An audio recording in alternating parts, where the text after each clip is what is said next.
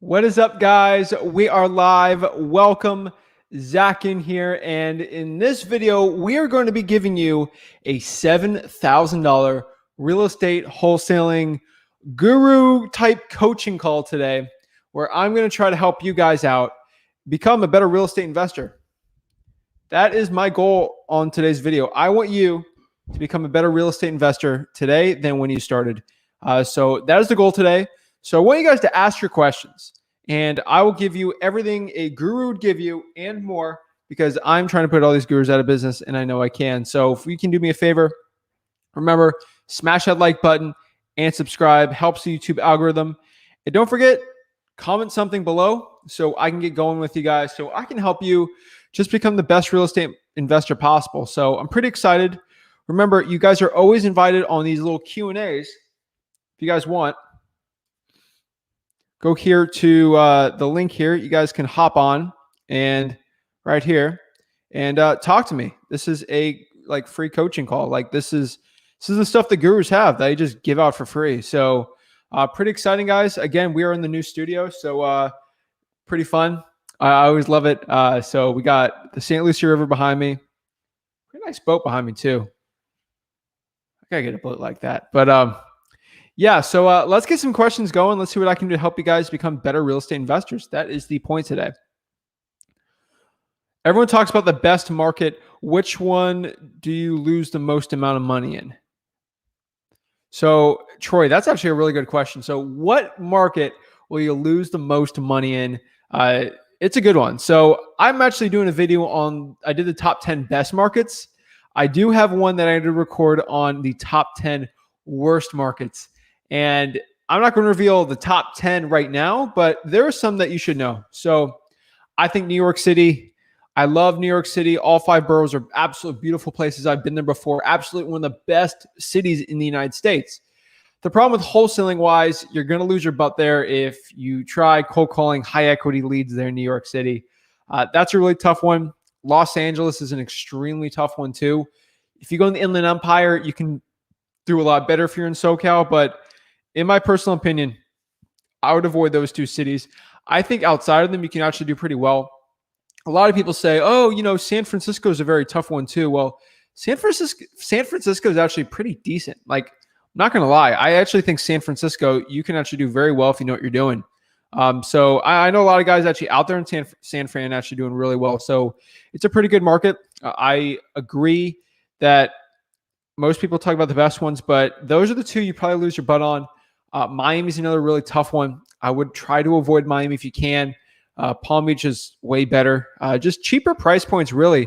When you're looking at markets that are really bad, you got to look at the price points, because usually the price points are over 800K, something like that's not good. Another one, that video I did was the DMV area.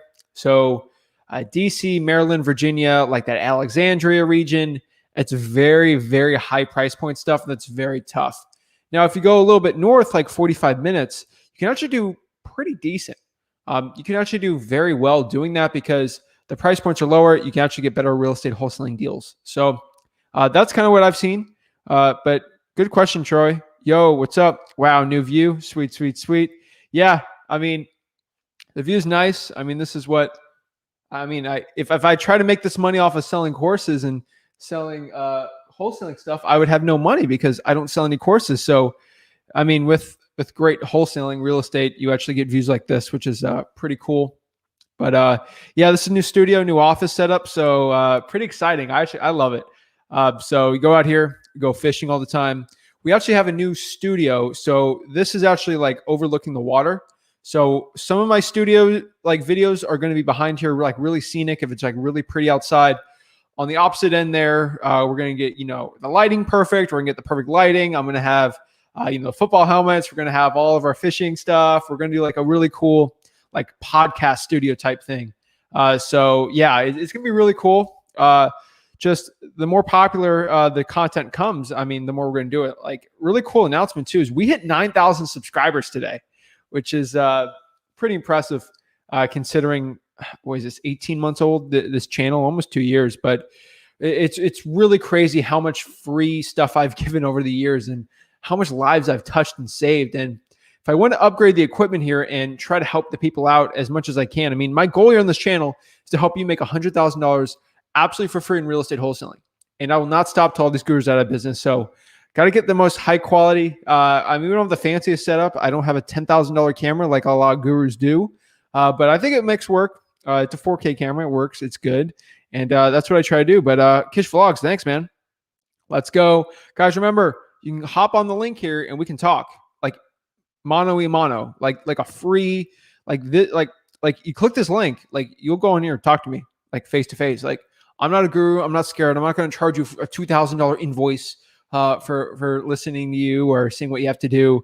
I know I've been getting a lot of DMs lately, and I'm trying to get to them piece by piece. I'm getting flooded DMs, and I answer every single one personally, but it takes me a while to get to it. So if you have like a dire question, hop on that link and I can get going now. It's probably the fastest way, but let's get it going.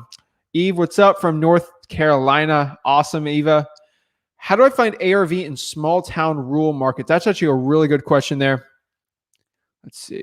So where do I find ARV in small town rural areas? So ARV, or after repair value, really in a harder market, it's difficult. I'm just going to be honest with you. So I like cash flow comps. That's probably in like a really rural area. That's the best way you're going to sell to a cash buyer. So if you're in a rural area, blah, blah, blah. I mean, you guys can tell this is live. If you're in a rural area, your cash buyer is most likely going to actually be someone who's probably going to buy as a rental. That's most of the times in like those smaller areas. So that's where it's going to be. So what does a cash buyer who has rentals going to care about? They're going to actually care about how much they can get rent for the property. And so if you could find out what the property would rent for right now, you have a really good chance of selling it to them through cash flow. So if the property is renting for $1,000 and it's market rent really, and you know it's market rent right now for $1,000 per month, guess what? You divide that by 0.011%. That's basically 1% rule with rentals. So $1,000 divided by that 1% is equal to $100,000. That's very rough numbers. This isn't like super duper science. This is if like you can't find ARV in like a really like a weird part. If you're in like out in like the mountains or something, that's probably what I'd be doing. So that's how I actually find the ARV in like rural markets, smaller markets. That's probably what I'd be doing. But small town rural areas, I'd go by, they're called cash flow comps, something Rick really coined, and it's really helped me out trying to get good comps. So if I know this duplex, it's like, I can't find another duplex nearby, but I know one side's renting for $1,600 and the other one's $1,600. That's $3,200 a month. Divide that by 1%, and it's $320,000. That's what I can find from there. So it's pretty good. Also, you can use that as a gauge if someone's rent's way lower. So if you actually know the ARV, let's say I know the ARV is $200,000, they're getting $1,000 a month in rent. Most likely, they're actually getting below market rents, and you can actually tell that, and you can actually use that as leverage on your points for real estate wholesaling. So pretty exciting. There's a lot of people on this live today. It's pretty crazy. Troy, what's up? Everyone talks about. Oh yeah, we were talking about that one. Brenda says, hey, Zach, always teaching us excellent ways to make money wholesaling real estate. Thanks. Brenda, thank you. I truly appreciate it. Kish says, thoughts on building out a driving for dollars team instead of a cold calling team? Less leads to a deal. Don't need crazy amount of callers. I would agree. I need to know what market you're in. But if you tell me what market you're in, it could help me a lot. If you're in a really good driving for dollars market, yes. Hands down, that's what I would tell you to do. If you are not in a good driving for dollars market, then probably get the cold calling. You need to test it out, Kish. I honestly, that's how I know what works in my market or not, or a virtual wholesaling market. Find out what is working in your market and what isn't. So if I'm starting to figure out that like, hey, driving for dollars is working really well and I'm actually getting really good wholesaling deals, then stick to that. And if we're finding out that bandit signs aren't working or direct mail's not working, I would stay away from that and double down on what's working. That's how I figured out that SMS was really good. That's how I figured out that bandit signs weren't working too well anymore. And that's how I just figured out how cold calling worked. There's certain lists in my city and county that actually does not work. So that's what I'm saying here. I think if you have a really good driving for dollars market, dude, go all in on it. It's absolutely amazing.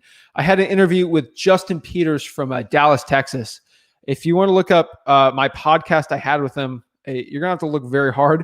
But if you look there, I did a podcast with him. And that's kind of what he is. I got to get him back on my podcast. He's a great dude, but he actually does that. He has a huge Driving for Dollars team, and he's got a really, I think he did 100 deals last year, I think at minimum. And he did the same thing you're saying here. So that's a really good podcast I had, and it was really interesting seeing how he actually did it. But yes, I think a Driving for Dollars team instead of a cold calling team. Now, why not both? Like if you're trying to scale up like crazy, maybe you do both. But yeah, I think a Driving for Dollars team would be really cool. Brandon says, hopefully I answered your question, man. Let me know. How do you feel about Facebook marketing and Google PPC? What kind of budget is needed to gain traction? So, a really good question here, Brandon. My personal opinion for Facebook, I think $1,000 is probably the least you should do. Google PPC is a lot more, and that stuff's a lot of work. I just think it's a lot better doing something that's, how do I say it? Like more static. Like if I go cold call this to high equity, that skill set, you can go do it, train a V. It's a lot easier. The Facebook marketing is always changing every month. The Google PPC is changing every hour.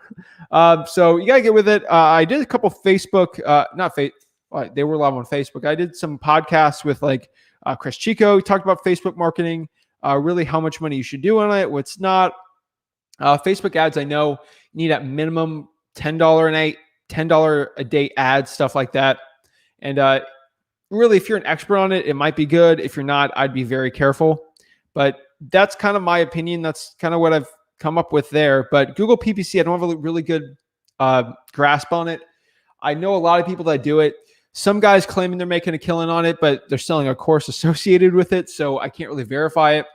No one in my market is doing well in Google PPC, and I know all the big boys, so I'd be wary. I just think the ROI is not there. There's too much competition on the ad spend, but to each their own. If you can make it work, I would be all in for it. I would agree. So move this over. Get more river for you guys. All right. I agree. DMV is kind of tough. It is. I probably would go virtual, but that's kind of where my opinion is. Troy says, I'm currently in Dallas, but I'm currently in Dallas, but the only guys that are marketing on our Facebook groups are huge brokerage companies like New Western. Should I go virtual? The only guys marketing in our Facebook groups are huge brokerage companies. Should I go virtual? Bro, you're in Dallas. No, don't go virtual. Stay in it. You can still market in Facebook groups. I mean, it's still an interesting way to do it. And Brandon, I'm assuming you said Facebook ads on that one. Now, if you're going to do Facebook group marketing, I've seen that. That's something I'm kind of working on studying more and trying to implement that in my business so I can do some video and teach you guys how to do that. But I would say, don't go virtual, man. Dallas is great. Driving for Dollars is probably what I do in a lot. I would probably drive for dollars on the outskirts of Dallas counties. There's so many tiny counties outside of Dallas. Go north, south, east, and west. That's probably what I would do. But Dallas is a great place. I think you can still make a killing in Dallas. Probably not the metro area, but outside. So go 30 minutes west, east, south, north, or even an hour if you can. You should do pretty well. But that's what I would do. EJ88 says, do you train your callers with John Martinez system? If so, is it worth it? That's actually a really good one. John Martinez is a great guy. He actually went on my podcast when I had 50 subscribers. So I always give him credit. He's a great sales trainer. He's one of the best ones for wholesaling real estate. I cannot say anything bad about him. He does sell a course where he teaches sales skills and stuff. And I mean, it's pretty good. What I can tell you is my acquisition stuff is we're pulling from the same stuff. So he pulls from all the classic sales and then he implements it with wholesaling. I can tell you that every acquisitions video I do here on this YouTube channel, it's the same thing, even better, and it's free. You're going to have to go to acquisitions and look up all my acquisitions training, but it's the same exact stuff. And I promise you, that's why I made this YouTube channel. So no one can sell any more courses on wholesaling. I literally take all their course information. I put it in a video and I just give it to you guys for free. If you guys can literally understand that, this is not a hard concept. I give the same information as the gurus who charge thousands and thousands of dollars in all of my training videos. It's up to you to actually pay attention when I give value out for that, because it's the same exact thing. You buy a course, it's going to be the same exact info I give you. The only reason is you pay money. So you're like, oh, I paid money. I guess I got to figure out, I actually have to pay attention now because I actually spent $4,000 on this. Now, if you pretended like you spent $4,000 on my acquisition stuff and you watched it and you'd be like, wow, my results are great. This was great $4,000 ad spend on that course. I'm telling you, these people, I'm going to get in trouble for saying this, but every big guru, I'm very well connected. They've all given me free courses, or students of them have given me access to all their courses. I've looked at all of them, from $15,000 ones to $400 ones to $99 ones. I've actually seen the inside of all the courses. Now, I'm not going to say which ones so the gurus don't get mad at me, but I've seen all of them, basically all of them. Not like the weird ones, but like the top ones. I've seen them all. And I've looked at all my videos and I've been like, this is the same exact info. And if you buy a $4,000 course, I promise you will see the same exact info. So no, I don't think it's worth it. I don't think if you buy it, I don't think you're going to get bad info. I think John Martinez is a great guy, but I will argue that I have the same information, or not if better. And coolest fish you've caught. Coolest fish I personally caught, probably a 50-pound dolphin mahi, in my opinion. I've caught a bunch of sailfish. So this is actually Stuart, Florida. This is in Port St. Lucie. So I actually live in Stuart. Rick also lives in Stuart. I live in a different house, but I live in Stuart, like right on the, not on the water, but like evil water view on my house, which is pretty cool. And Rick actually lives on the water. So, and this is the office, separate office. So we're actually in Stuart, Florida. So we fish off there. Stuart, Florida is the sailfish capital of the world. So you literally go out 4 miles out with a pilchard, you catch all the sailfish you want. So always a bunch of sailfish. I'm really spoiled with sailfish. So most people say sailfish is the coolest one. I've been on a boat where people have caught marlin. That's always fun. I think Rick's favorite would be a marlin. But mine would be a sailfish or a huge mahi. I love cobia. They're all cool. I'm not going to get into all the fishing stuff, but huge sailfish or a big mahi probably would be me. Rick's got way more. And there are also like a bunch of sharks. Bull sharks are cool though. Did the opt-out feature affect your SMS campaigns? It did have an effect, I would say. Did it affect my ROI? No, because a lot of wholesalers quit. So I did pretty good doing it. So the opt-out feature, it did have an effect, but not enough where I'd quit SMS. It's still better than so many more marketing channels. So no. Who's the worst wholesale guru? LOL. You guys are trying to get me in trouble, man. Why are you trying to get me in trouble? Worst one.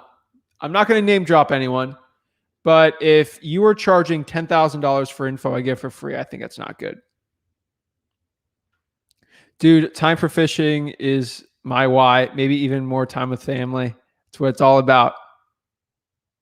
Family number one, obviously, and time freedom. But fishing and stuff, you can do whatever you want. But we run a business where I work 5 to 10 hours a week, like at most. So that's a lot of time for fishing. That's a lot of time for family. That's a lot of time, honestly, between you and me. I use that time for creating and running more businesses, but that's just what I find fun. I always love sports, all that stuff. So yeah, fishing's always an important part in there. Yes. Yes, sir, bro. I'm thankful for you. God bless. God bless you. Thank you so much. What do you think about markets in the Midwest? I'm in Omaha, Lincoln, Nebraska markets. Going to be honest, man, I don't know a ton of wholesalers in Nebraska or like Lincoln, Omaha. I would be lying if I told you I knew like 4 to 5 guys out there. I guess I know you, Philip, which is pretty cool. But Nebraska is interesting. The Midwest works if you're in the right price point. So suburban markets will work out there. If you keep it within under 200, you should do pretty well.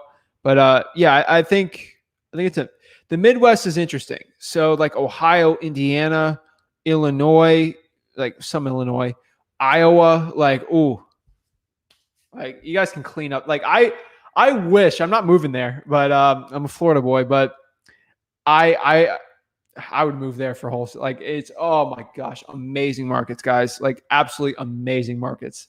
So can't go wrong with that one. Nice backdrop, man. Thanks, Dylan. Appreciate it. Awesome. Houston's a great market, Derek. Awesome. Sweet, man. So glad there's so many people watching this and coming in.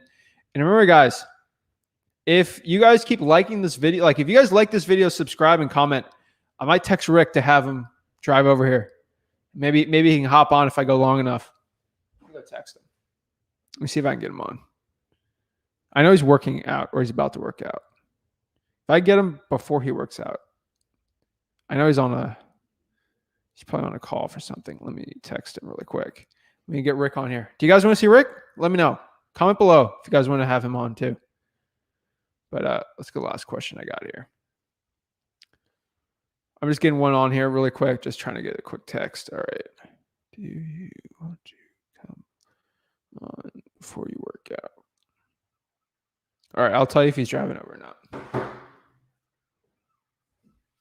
Amen. Since when is the Trace Act going to be in action? Should start June or July. We won't really see the effects, I don't think, till the fall. But that's my personal opinion. Again, if someone says they know what like all this stuff's all about, they're absolutely lying to you. Like I promise you. If someone says they understand wholesaling or they understand what the Trace Act is going to do to wholesaling, they don't know. Unless you literally have inside information from the FCC, you're not gonna know. So I'd be a little cautious and wary of people who claim that they know all this stuff, but I wouldn't be too surprised if you start seeing things in June or July. That's probably what I'm thinking. Hello? What's going on, man? What's up? How are you?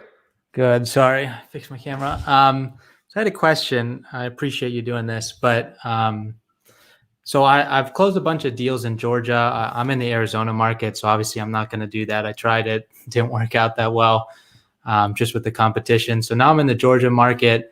I've got I think I closed 6 deals from texting over the past 3 months. And so obviously that's going to change a little bit. So that's all I really knew was texting. And so now I don't really know the direction I go. I'm the one that asked about that driving for dollars team and stuff like that. So I don't really know if that would work. I know a buddy that is there. He said it worked when he was there. Either I do that or try to do cold calling, because obviously I have to transition out of texting a little bit, and that's all I really know in that market.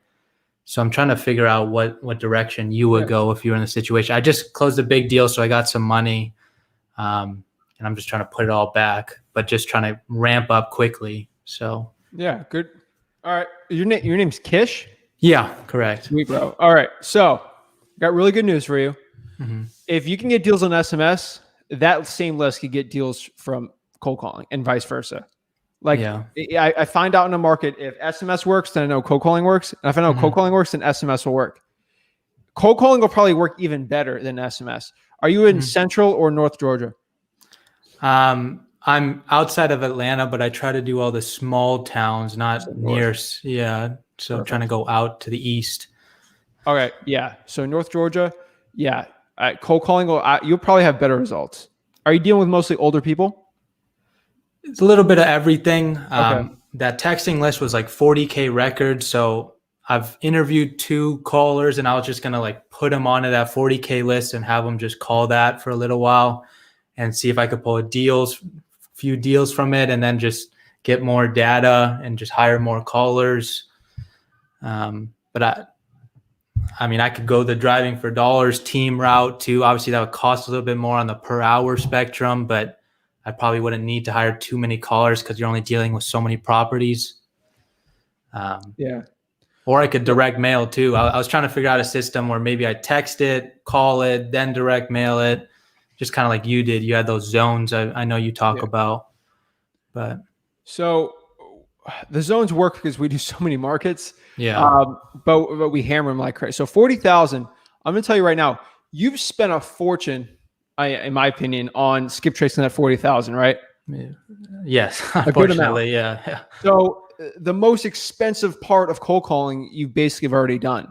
Yeah. I can pay a VA at $5 an hour almost for a year for that cost of that skip tracing. So you already spent a fortune on it. So I do think you have a VA full-time, let's say $5, 40 hours a week, 200 a week, times 52.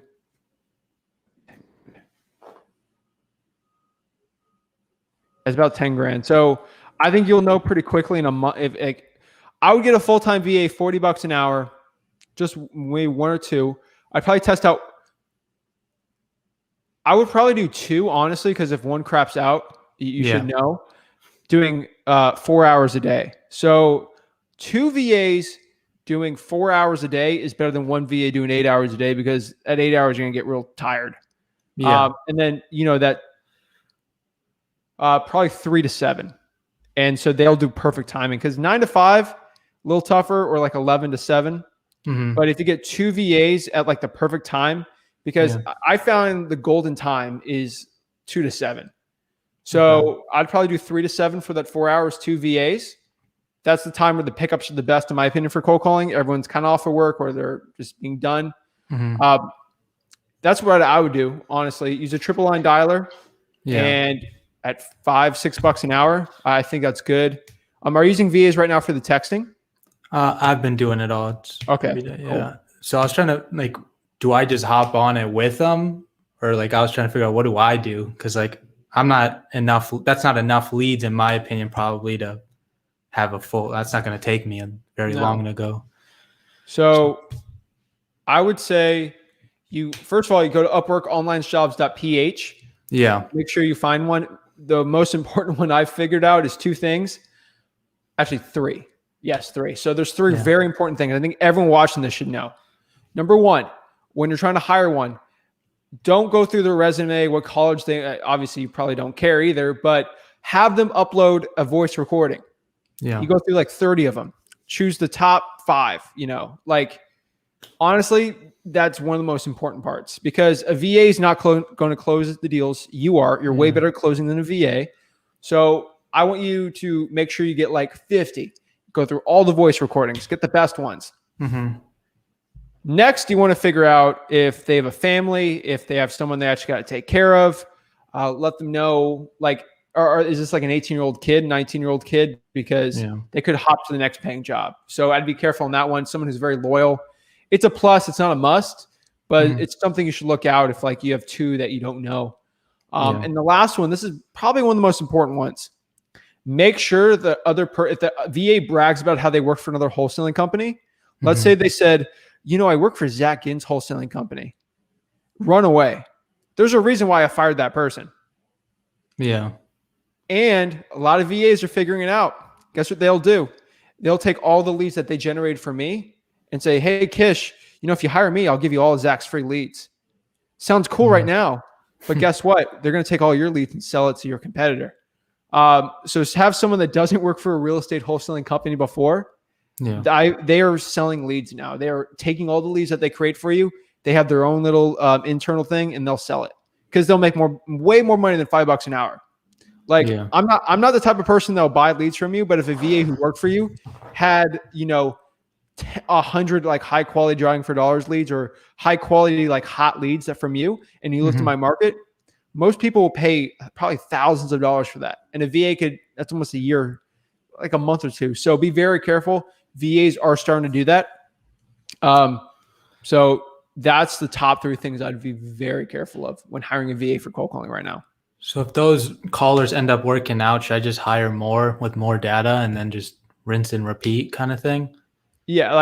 If you're figuring out the good ROI and then just start scaling it, you got to treat these people like humans.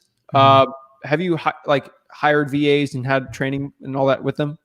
Yeah, so they're both starting on Monday. I've been training them for about a week now. Perfect. So I followed most of those things you said. So I think they're good to go. But I did have them doing 8 hours. I might try to see if maybe they should just call in those hot times. 4 would be better. And then you can test out. Now, this is actually pretty interesting stuff. I'd rather have 5 at 4 versus one guy doing 20. But the more is better, because then you have 4 VAs and you figure out VA A, B, C, and D. Okay, we got A, B, C, and D. C is getting all these leads, and C is dialing way faster than A and B. Mm-hmm. And they can start like doing math like that, and then maybe get rid of A, put someone new in, like get that cream of the crop. Because some are just gonna be terrible, some aren't. Make sure that's why I like Zencall and like Batch and like all those other like make sure you record all of them. Make sure they know they're being recorded. Yeah. Because if they got like a baby or like they're all gonna have roosters, but make sure that they got that. I actually put one of my phone numbers that like a dummy one that I'll answer just as quality control. Like I'll get a call right here from like 772, answer it. It's my VA. Like, okay, that was actually pretty good. This is Zach. Have a good one. So they think, oh shoot, like this next guy can be like my boss, Kish. This could be Kish. I got it like every single dial. So they never know which one's going to be me. And if they call me, I was going to listen in on the calls because you can do that on Call Tools. So yeah, that's good too. I always like to do it in me because if they say something bad, like I've had VAs call me with like a baby crying. I'm like, is that your baby? This is Zach. You're out. Awkward combo. Yeah. So that's what I would do. But, weekly meetings are really important. Treat them like human. Like they're actually people with families, like care about them, what's going on in their lives, find out their birthday, like little stuff like that. Make them actually feel like they're part of a team. That's and I should just call with them, you think? Should I call alongside them or? No, you can do mock trainings, but like every week I'd have like just a quarterly meeting, like actually a weekly meeting going over their numbers. Always pay them a bonus if you get a deal. Don't tell them how much you're making on the deal, but that's it. I'd probably go after that. And that's that's only the really important things you got to do. Just make sure they're not stealing your data. Yeah. All right. Well, I appreciate it, boss. Thank you for your time. No worries, man. See ya. See ya. Boom.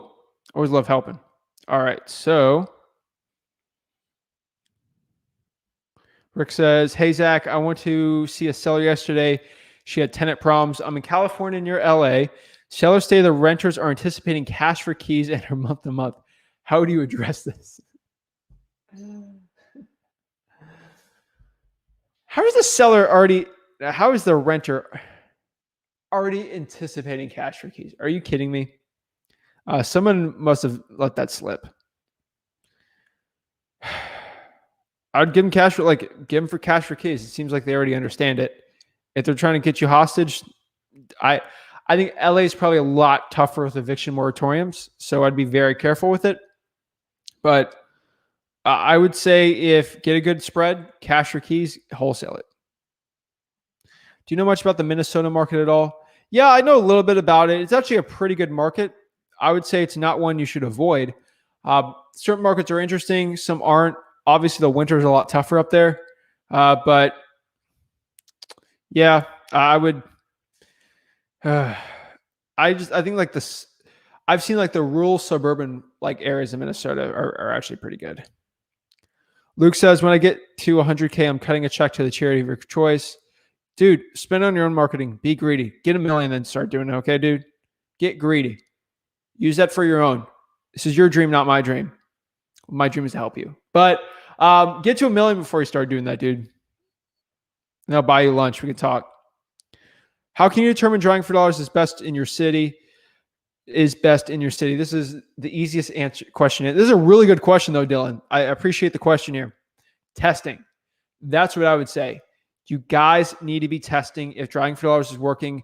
I say in your local market, test everything. Test is walking for dollars like the best thing, drawing for dollars. Just test. Test cold calling. Test for sale by owner cold calling. Test drawing for dollars. Test door knocking. Test all the lists. Test probates. Test direct mail. Test RVMs. Not right now. We're going to wait for the Trace Act. We're going to see what happens with RVMs. But test like all of them. Test SMS. Test all of them. Tax lien lists. Test all the marketing lists. Test all of the marketing channels. Test which one actually works the best.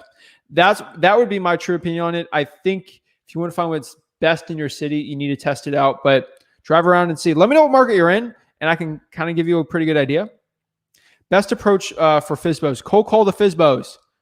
That's what I would say. I have live cold calling for FSBOs on my YouTube channel. You guys can do it. Message me, and I'll actually send you the video if you want, or you just search FSBO space Zach Ginn or FSBO space flip of the right could probably show you it.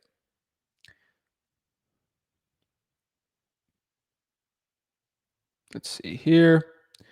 What is your favorite creative finance strategy for sale by owner? So let me get up here. And how do you negotiate them down from an over market value asking price? The cool part about creative financing is you can be over market. That's one of the best parts about creative financing. So I would say, okay, if you're wholesaling to get them down from market price, what you truly want to do is try to get them down a little bit and then keep wiggling your way down every single call you do. That's probably what I do, build rapport doing that. Now, creative financing, just ask them if they're open for taking payments. Really want to figure out what equity. If they have no equity or very, very little equity, I'd probably like a subject to deal. That's probably what I'd recommend.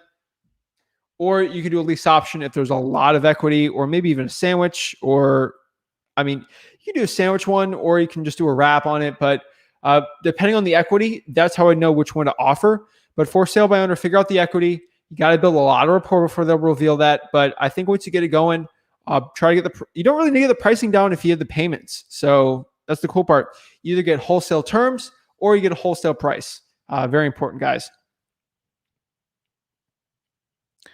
Facebook user says, I'm in the Colorado market. Last year, I got discouraged from driving for dollars because I heard that there are companies with driving for dollars team, and I felt I would need more drivers, but I'm going to start again after your advice. Please drive for dollars, guys. Seriously. Oh, you're scared. Like, I'm telling you, do you know how many people send direct mail in my market? Like, my average motivated seller, I say, gets 7 postcards a week, and I still get 50,000, 60, 67. I've done $100,000 deals through direct mail. So you might be scared of this competition, but I'm telling you, there's so many roads in Colorado in your city that very, very hard for you guys to find the same one. So I'm telling you right now, don't get discouraged. It's still one of the best ones out there. It's better you competing against one wholesaler versus competing with 10 or 12 doing another marketing strategy. Keep it up. I believe in you. When people have tax liens, do I have to incorporate that into the cost of buying the property? Great question. No, but if they're trying to incorporate or calculate the actual equity that they have, yes. So let's say it's $100,000 price, $100,000 property. That's what the thing's worth. We get it under contract for 80, and the guy owns it free and clear. So he'd be netting 80, and then we wholesale it for 100, which means we make $20,000, and he'd get 80. If he had a $20,000 tax lien, that doesn't affect us as the wholesaler. It'll actually affect the actual seller. So in essence, on that deal, I would actually be getting, so cash buyer pay 100 for it. I have put under contract for 80. I make 20,000, and then the actual seller gets $80,000. But they take out, the title company will take $20K off that tax lien, so they'll actually net 60. It'll affect the seller, not you. Hopefully that helped, Justin. Like your profile pic, get the muscles going. I love it. Where do you find your VAs? So Upwork's really good. That's probably where I found my best ones. Onlinejobs.ph is another really good one. Let's see here.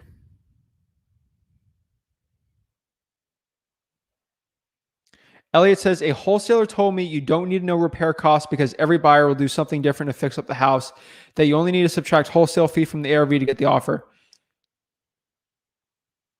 I mean, bro, if there's a $50,000 worth of repairs in there and you do 200,000 minus $10,000 wholesale fee, you're going to get killed, dude. I'm telling you right now. Let's do the math really quick. Let me get the whiteboard out because let me get the whiteboard out. Let me get visual on you here so I can explain this. Because I really think I need to help someone out here.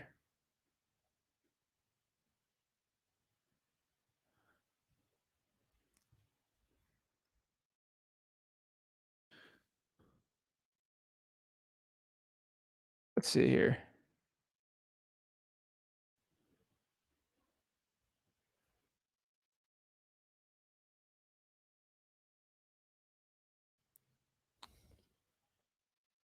My online whiteboard here.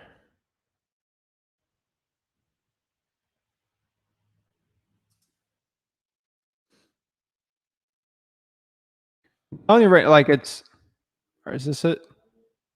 I don't have it up right now.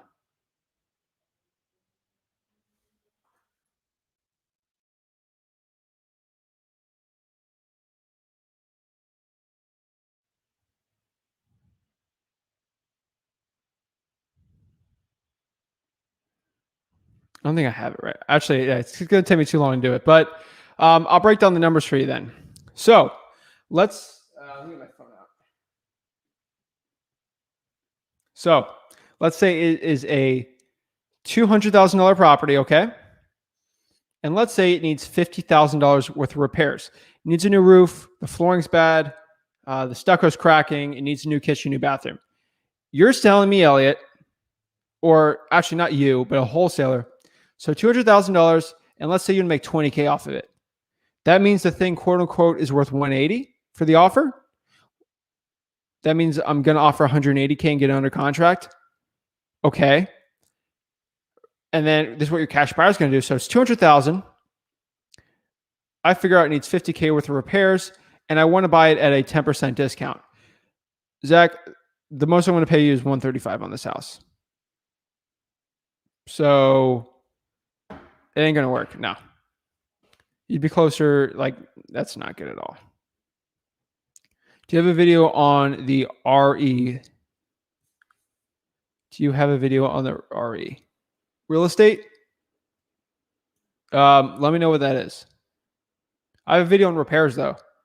Top 3 worst list with the worst ROI. Okay.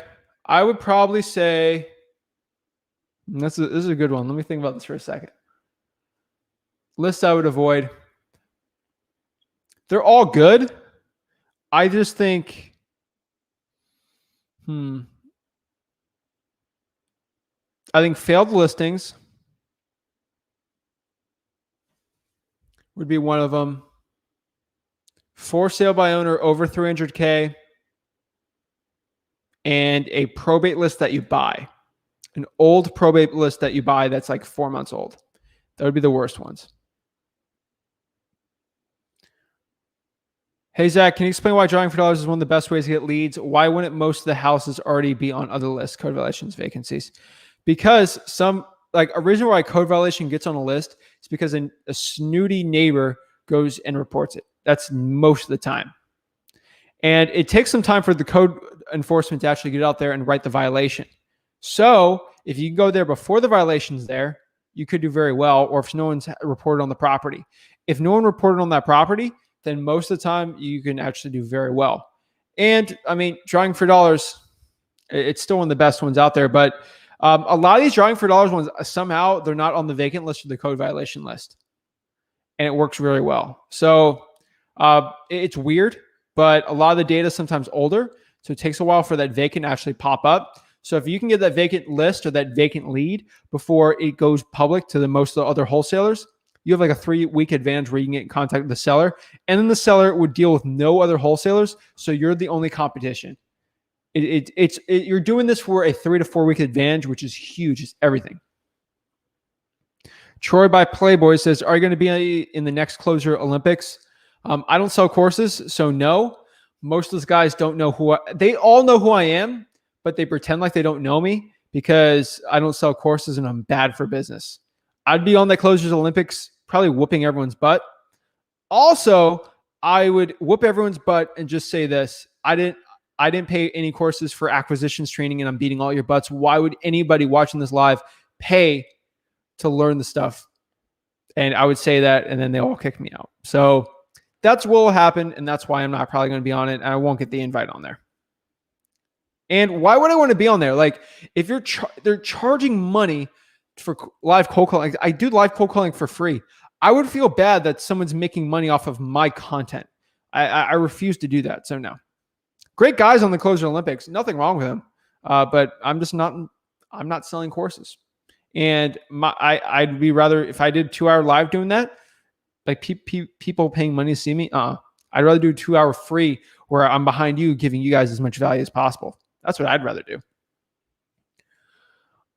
Great question though, Troy. I know you're against masterminds, but would you agree some courses may actually help you succeed faster? Yeah, I am for masterminds. The Wholesaling House is for real mastermind. I'm telling you right now, masterminds actually help. Free wholesaling courses help. You should not pay for them though. Let me pop it up. Right here. On the bottom. Take it from the top, guys. Facebook.com/group/wholesaling houses for real is the largest, I'm saying this very confidently, is the largest wholesaling mastermind in the entire country. So I'm pro mastermind. I run the largest mastermind in the entire country. It's also one of the fastest growing Facebook groups in the world.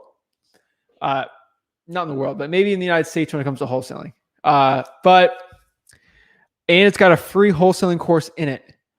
That will help you big time succeed faster. Going through that course in that mastermind, I go live every Friday at 5 or 6 p.m., depending on the week. I think tomorrow's gonna be 5. Basically at 6, more or less, most of the time. I go live and everyone who wants to be in the everyone on the mastermind hops on the Zoom. We talk, we mastermind together, we collaborate, and we become better real estate wholesalers and investors. Literally, it's a $10,000 mastermind to give out for free because I want everyone watching this to have the experience of having a $10,000 mastermind, and I give it for free. I've had access to look inside what these masterminds look like, and what I do is I duplicate that and I give it for free. That is what I like to do, and that's what I do on that one. So, yeah, I'm pro for it. That's why that's why I literally have a mastermind in a course. What I do though is I make it free, and then no one cares about it because it's free. But people do care. It's the largest mastermind in the dang country. Like, there's not one mastermind for wholesaling that's bigger than mine. So, yeah, I mean, people understand it, and it's the same value. Everyone in that mastermind tell you this is the same one as the $4,000 one. I don't even use. They say they don't even go to the Zooms for the $4,000 one because it's not even the coach anymore. It's like the coach's person that they pay like $100 an hour to do the Zoom or whatever, and the coach doesn't even want to deal with it. So no, I'm pro it. I love it. If 95% of people I reach cold calling are mad about getting tons of calls on my market saturated, is that normal? I'm using vacant list from PropStream, by the way. That's going to be a lot of your cold callers, yes. But again, you're trying to reach them at the perfect time. So let me know what market you're in. I might be able to help you on that one. Thanks. Going to check that playlist. Sweet. How long can you use a list for? Also, how much do these lists cost on average from PropStream? So from listrei.com, I think you get a 7-day free trial, and then I think it's $97 a month. And you get 10,000 leads and the Drawing for Dollars app. And you do the comp tool analysis thing on there. So a list should last you, like a high equity one or a vacant one, should last 6 to 12 months, depending on your market and how saturated it is. How often do you call a list before moving on? I'm at the point where no one picks up. I would say about a year. And then I would like redo that list and just confirm that those people are there. How many SMS on average results in one closed deal? 3 to 12,000, depending on the lead list. That's probably one of the most important ones out there, is the type of list you can do. So that's what I would say. How do you feel about Vegas market? Should you go virtual if you live there? No, I think Vegas is still a pretty decent market. I would do half virtual, and then I would do half physical. What I do is do a virtual market of your choice. Hopefully, in a market where it's less than 200,000 or 150,000 in the southeast of the United States. I don't know why, or the Midwest, or yeah, probably the Midwest. And spend 50% of your time trying to do wholesaling in Vegas. Spend the other 50% actually trying to wholesale out of that virtual market and see what the results. If you're finding out you're closing more deals doing the virtual, then do that. Or if you're doing it in Vegas, do that. That's my personal opinion on doing that. Joshua says, the thing about the course stuff, Zach, is that because you give it away for free, you attract the people who aren't as serious as the ones who are looking to actually invest in themselves, which increases the guru's testimonial bank. You're awesome. It is what it is. Dude, if you're actually interested in investing in yourself right now, like you want to invest in yourself, right here, StreamYard link. Hop on there. If anyone here wants to invest in themselves, talk to me in person. No other guru does this. No one will do it. it's not worth their money or their time, quote unquote. I don't care. I'm trying to help you guys out for free. Hop on there. We're going to talk in person. No other course does that. That's it. I mean, I'll tell you, Joshua, you make a good point, I guess. But if you want to Venmo me $5,000, I'm not going to stop you. I'll spend that on a charity. Like if you want to give me $5,000 just to just to change your mindset, to watch my videos, then fine, give me $5,000. Like I'll hold it for you. I'm not going to spend it on anything, but I'll take your $5,000 if you want to give it to me.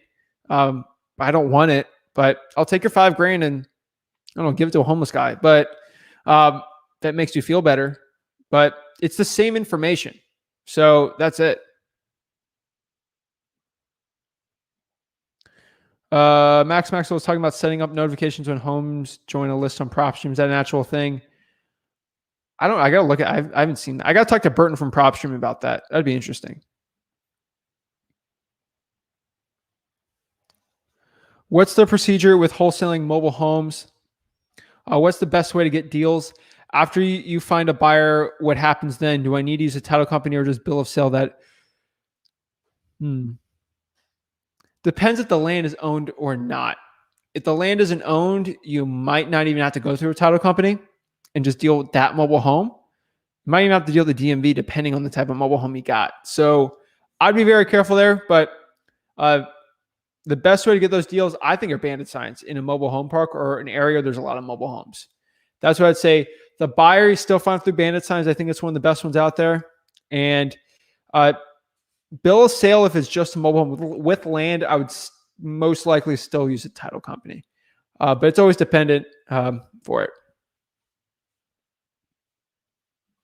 Doing this for my family. I have 5 kids and I'm only 26. Trying to get a deal before July 23rd when my fiance is due. Thanks to you, I might. God bless. Kevin, I believe in you. Great story. 5 kids, 6 on the way, another one on the way. That's so cool. That's stuff I'm doing this stuff for, you know, like I'm trying to help these people out. I got too many people writing on me to give them the actual content and the value that will change lives here. So that's what I'm doing. Like, that's why I have to give the best info out, because people like Kevin are watching me and I have to give the best stuff out. And I got to put these gurus out. So people are like, people have to pay like to feed their kids. Why are they going to spend that money on a guru wholesaling course when they have mouths and a roof to put, like mouths to feed and a roof to put over someone's head? Why would I take that out of someone like a single mom or a single father's hands, out of their wallet, to charge them for this stuff? That's why I give this stuff for free. Kevin, you're one of the people like specifically I do this stuff for free for. I believe in you, man. Let's get it going, dude. Derek says, how would you approach competitive markets like Houston?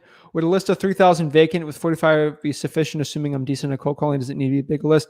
Derek, I would do driving for dollars instead. There's going to be a lot of wholesalers in your market doing that. So I'd be very, very careful. But you could still make it work.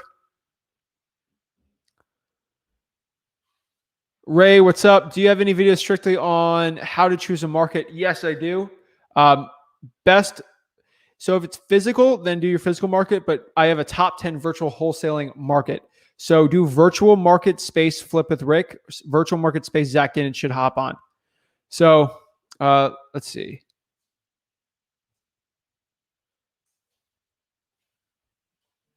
Jeez, we're getting a lot of great people, a lot of great stuff. Hold on. Looks like someone says Rick should come on. Should Rick come on? Yeah, why not? All right. We got Rick Ginn in the house. What's up, guys? You got good questions on here today? I hope so. So this is Rick Ginn, guys. It's my dad, business partner. So I'm gonna get some water really quick, Okay. and then we'll get it going here. So show me where you left off. So yeah, I left off right here. So answer this one, keep going down, and then we'll get going. Someone might pop up here, like right here. Yeah. You can add them on. If they're screaming or cussing, just take them off. But that's risky. I know. Be careful. I'll be back. Okay. Okay, guys. Now you can ask the real question. Zach's taking a break here. So I've asked for someone in New York City looking to go virtual. What is a summary of everything needed to make happen, including bird dogs? where to find them in some locations. So you got 3 questions in the one here. So let's start with the first question. You're looking to go virtual. For someone in New York City looking to go virtual, what's the summary of things you need? So the first thing you have to do is you have to pick your market. So I get it. New York City is crowded. You need attorneys to close the deal, and you're probably going to look for another market. So you can't go wrong in the Southeast, the Midwest. I would stay away from California. A lot of things to the extreme West. Arizona is very popular, although that's picked up. Vegas is picked up. So I like places like Alabama, Mississippi. A lot of those are still untold. And there's a ton of deals in Ohio, which is like wholesaler heaven. So first thing I would do on doing a virtual market is pick your market. What's the best way to do it? Go to listrei.com, and in PropStream right there, it gives you all the data you want to know. And it actually, you can do it with a 7-day free trial period, and it's awesome. So you can research cash buyers, get a list, find the hot spots. You need to have buyers where you're going, and you need to figure out what your price point is. So once you have your market, then you talk about, there's a long list of going, but before you decide to do bird dogs, you have to decide what is your method of marketing. So number one, what do you want to do? If you don't like cold calling, don't do it. If you don't want to do direct mail, don't do it. If you want to do bird dogs, which I love, and you're good at talking people, networking with them, that's great, but you got to come up with a budget and a realistic plan to do it. This is kind of an elaborate. Bird dogs is basically somebody just helps you find a deal. You can get them off Craigslist. You can do all your training on YouTube for free, and you can give them a finder's fee. You cannot give them a referral fee. It's actually illegal. And where to find. So I just told you the best place to find bird dogs really is Craigslist, Facebook, any social media, Instagram. Hey, listen, if somebody wants to earn and learn, help me find deals. By the way, you know what the best bird dogs are? They're bartenders. Hands down, the absolute best one. So you got a lot of questions in there. Hopefully that gets you started. Answer the first question, and it will help you with the next one. Okay, let's see here. So I got lost here. 525. Okay, here's a good one. All right, I like this. So can you ask, how many calls on average does it take before you close a deal? And if you had to pick one, which list gives you the best results? So can just referring to cold calling. So here's the wild thing with cold call. I've had, so you guys know, I trained Zach how to do cold calling. And I'd say he got his first deal. I think I'm going to take him at least 12 to 1,500 calls on average. And right now, the way we're working, the numbers are definitely up. It could be as high as 2,000 or 3,000. But here's the real question, Ken, you got to ask yourself, how many calls are you willing to make before you get a deal? And if you say you're not going to do more than 5,000 calls, just stop, because cold calling is not for you. You have to be willing to make 100,000 calls if that's what it takes to get a deal. That's how cold calling works. Everybody wants to know what the magic number is. You're only going to get an average after 3 or 4 months of doing it. And the only way you can do it is by making a ton of calls. You might get it on your first call. You might get it on your 10,000 call. The key is, if you set a limit in your mind, that's where you're going to stop. So the question is, how many calls do I got to make before I get a deal? And will I do anything to get a deal? Like if my life depended on it, would I make 100,000 calls? And if you answer yes, you will persevere, and that will definitely happen. Now, onto the list. Which are the best lists? My favorite are lists that other people can't get a hold of as well. Code violations, tax delinquencies, eviction list, which not so hot right now. Code violation by far is my favorite. If you can get the water shut off for your county, although a lot of counties are very strict on that stuff. But a lot of people overlook the simplest list possible, which is a driving for dollars, which is nothing more than a culmination of distressed properties you found in your geographic area. You get a couple hundred on them, you skip trace them, and you just go to town trying to find these people and find somebody who wants to sell a deal. So hopefully that helps you. If you're talking about cold calling, can you just be willing to make 100,000 calls? And if you get it in the first 1,000 calls, then it's just a huge, pleasant surprise. So really good questions. So now that we're on cold calling, guys, keep the questions coming. I'm gonna rip through and answer as many as possible. Justin asks, working from 2 to 7, what times do you think is best for cold calling? You want to know the truth? It's whenever you can actually pick up the phone and make the call. We've experimented. We've done it in the morning, in the middle of the afternoon. Evening hours is always a little bit better because people are going to be home. But the reality is, Justin, is you have a plan. You're working through it. I tell people, just don't quit your job overnight. You can do your 9-to-5 job, support your family, pay your mortgage, take care of your kids, your spouse, whatever it is, and you can work into wholesaling. So I think you're going about the right plan. So honestly, if you get off at work at 7 and you can grab a snack and make calls for like an hour and a half, I probably wouldn't call people past 9. And then Saturdays is actually a pretty good day. Sunday, I don't ever call on Sunday. It's just not going to work out well. So you'd be surprised how many calls you can get in a 2-hour period. So whatever's going to work, I think you got a good plan with it. So keep it going. Awesome. Okay. This is a good one. So, Cherie, don't go away. Cherie says, I'm not ready to become a wholesaler. I need to study more, gain and more knowledge. So Cherie, here's the deal. You can study till you turn blue. How the real world works and business works is completely opposite of everything you've been taught in school. So I have a college education. My son has a college education. Does it have value to me? Yeah, it made my parents really happy, but it didn't do anything for me. And it definitely won't do anything for wholesaling. You can look at spreadsheets. You can write really sophisticated emails, Word documents. But the reality is in wholesaling, so let me take my experience. 18 years ago, I jumped into wholesaling while I was working really a 9-to-9 job. I was working 10, 12-hour days.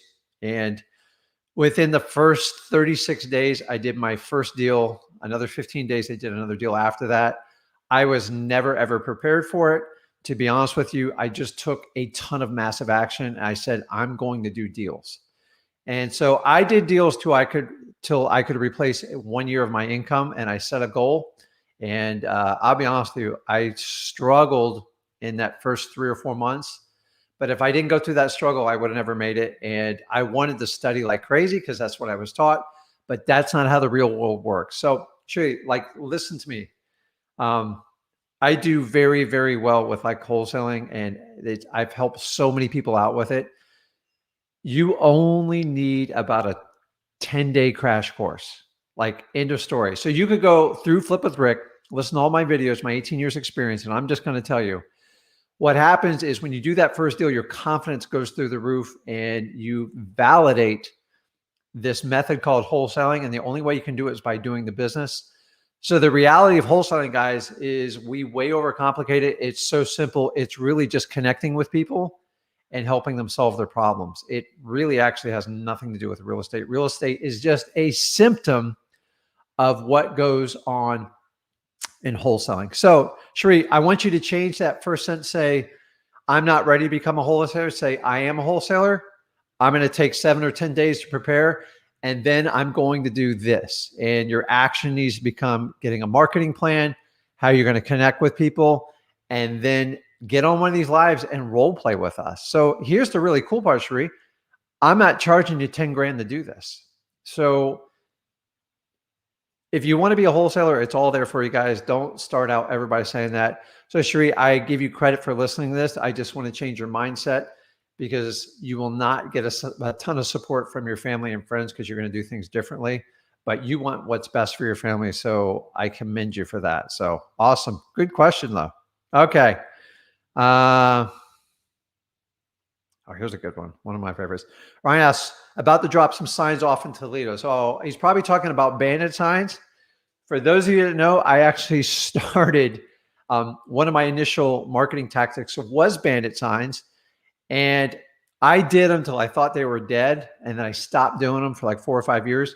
And then along comes my 17-year-old son. And I said, well, why don't you try bandit signs? Because I didn't know it was going to work. He put the effort in, focused on it. and he did his first 3 deals off bandit signs alone, and it was over 100K. So I love bandit signs. You got to make sure they're legal in your town. You're going to get some crap for it. It's okay. Whatever gets the phone ringing, sometimes you can get it done. They got a lot more expensive over time. And here's my tip. If you get bandit signs, try to get a local printer so you don't have to pay the shipping. So yeah, I love bandit signs. We still stick them out. You just, after you do it for so many years, everybody kind of knows who you are. So you got to kind of stop doing that part. So awesome. Tom says, nice backdrop. So yeah, so this is our our new setup, our office over here. And there's more to come. So we're actually waiting for some of the original office stuff to come in. So let's see here. Tony asks, why wouldn't a seller want a contract to be assignable? Well, the reality is anytime you deal with a real estate agent, they are taught in the real estate school to make sure every contract is non-assignable. They don't even understand the benefit of assignable contract. Most assignable contracts, the reason people did that, so if you wanted to put it in your corporation, or maybe you were helping your mom buy a house out and you wanted to protect her and you put it in your name, and then you can assign it to that company. In most real estate contracts, there's a box in there that the seller can assign the contract and be released, or the seller can assign the contract and not be released. Guys, I contract properties all the time under my name, so I can get an edge on sellers and they're not fearing like this big corporation. And then I explain them why the assignability clause is there.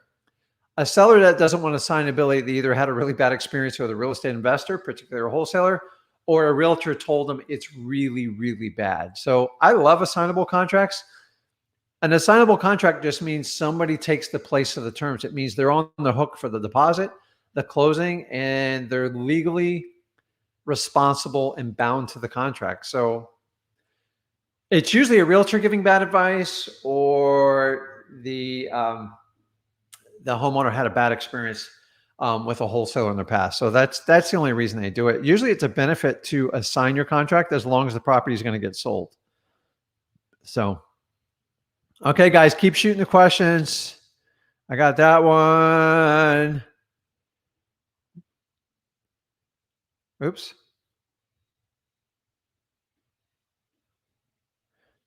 Oh, wait a minute. Let's see. I got Leslie. It's true. I already spent $1,500 in total BS. I assume you're talking about a guru, and learn more with you than I did with others. So people always ask, why are you and Zach doing this free? Well, first of all, I've been doing this longer than most gurus have actually ever been in the business. So you'll find most gurus have come in around 2012, 13.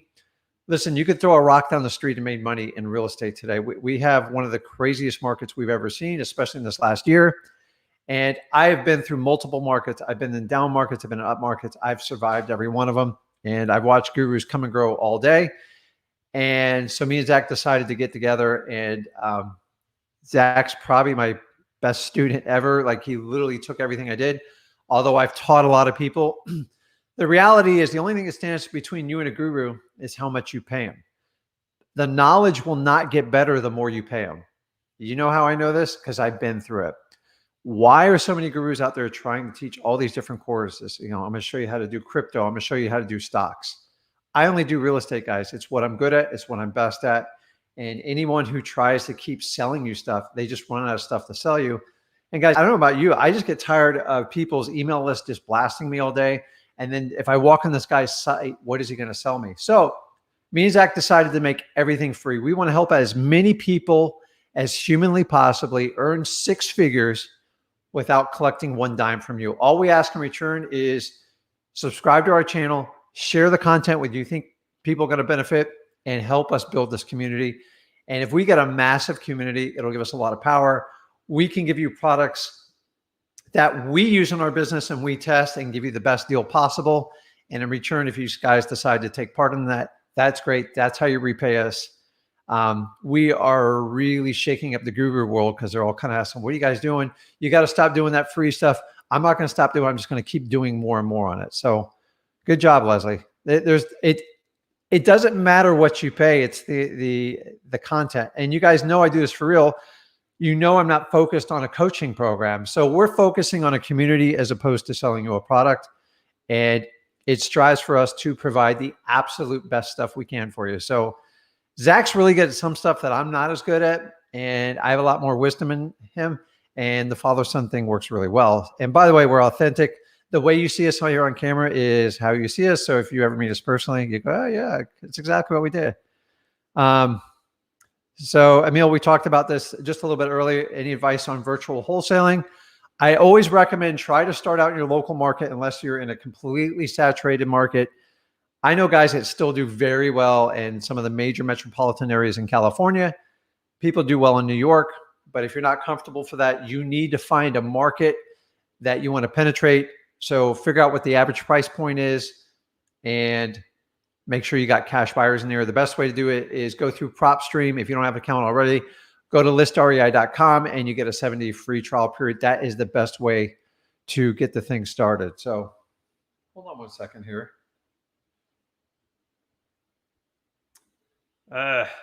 Okay, my battery might be dying. So let's go into extreme fast chat here. Let me see if Zach left me a plug.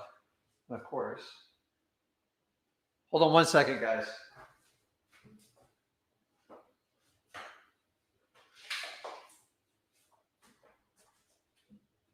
Okay, so you can tell it's live when I got a plug. The plug fell out. It's my fault. Got it. Okay. So Emil, try doing your local market. If that's not available, take the advice I said there and do a little research on your PropStream account. So, all right, I got one here from Facebook. Put them all in the same group chat. They see who sends in the most leads and becomes an accountability and competition driver. I agree with that. Okay. Let's see here. I'm a little bit behind. So, okay, guys, keep going.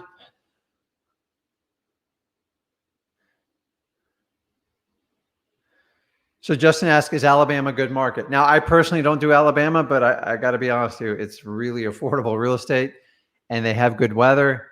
Why not? So the really cool thing is just use your PropStream to look at the data and give you the answer. So it's not, you got to do some homework and do some research on it. So you can use, obviously use your PropStream account, listrei.com. Use Zillow. You can look at average price points and you can kind of put heads or tails. And then you can do like a little Craigslist search, any type of social media, see what's going on with there. And look at like investor groups in the area, but like, why not? It makes sense. Squeeze between Florida and Louisiana. Seems like it'd be, I know it's relatively inexpensive compared to the rest of the country.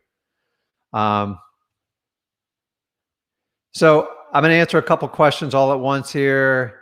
Winston asks, the trade of the market in North Carolina, you know, the Carolinas has gotten hot. But guys, I'm in South Florida.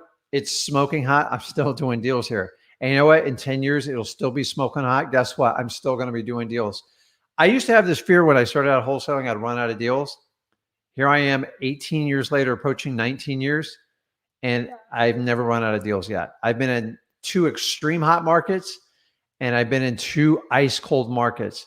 And the beauty of wholesaling is it doesn't matter which way it is. We're not buying on speculation. So we're buying to make a profit today. And remember, wholesaling is just a great place to get you started and get you in the real estate game. So Cherie's in Minnesota. So hopefully it's warming up there now. But God, I bet there's awesome deals in Minnesota. It's a really cool place. Never been there.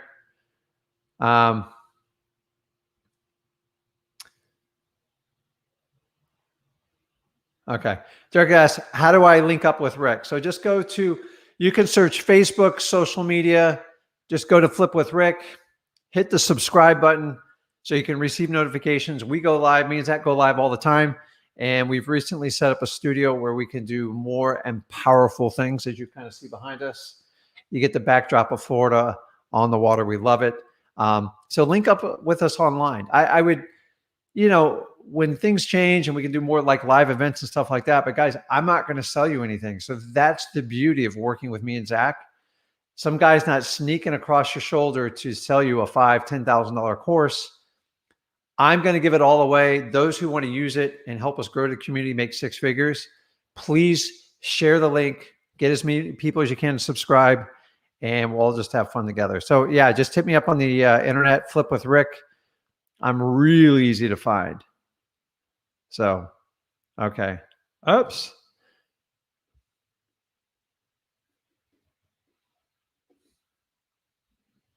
Okay. What software to use? I've been using PropStream, but feel like some leads are washed. So here's the deal. PropStream works. We use PropStream in our business. I got to be honest with you, it's probably one of the most powerful and best tools that's come to the market, in my opinion. And it's been out 3 or 4 years, got really popular in the last few years. You can't beat the value of it. At $97 with 10,000 leads, you can do all your comp tools in it. You can use a light CRM on it. You can get notifications. Now you can get the pre-probates. If you guys want to talk about pre-probates, for $97, guys, it does what 5 other programs would have done, would have cost you $500 or $600. So if you guys don't know what I'm talking about, go to listariata.com. You can get your free trial version. You can check it out before you buy it.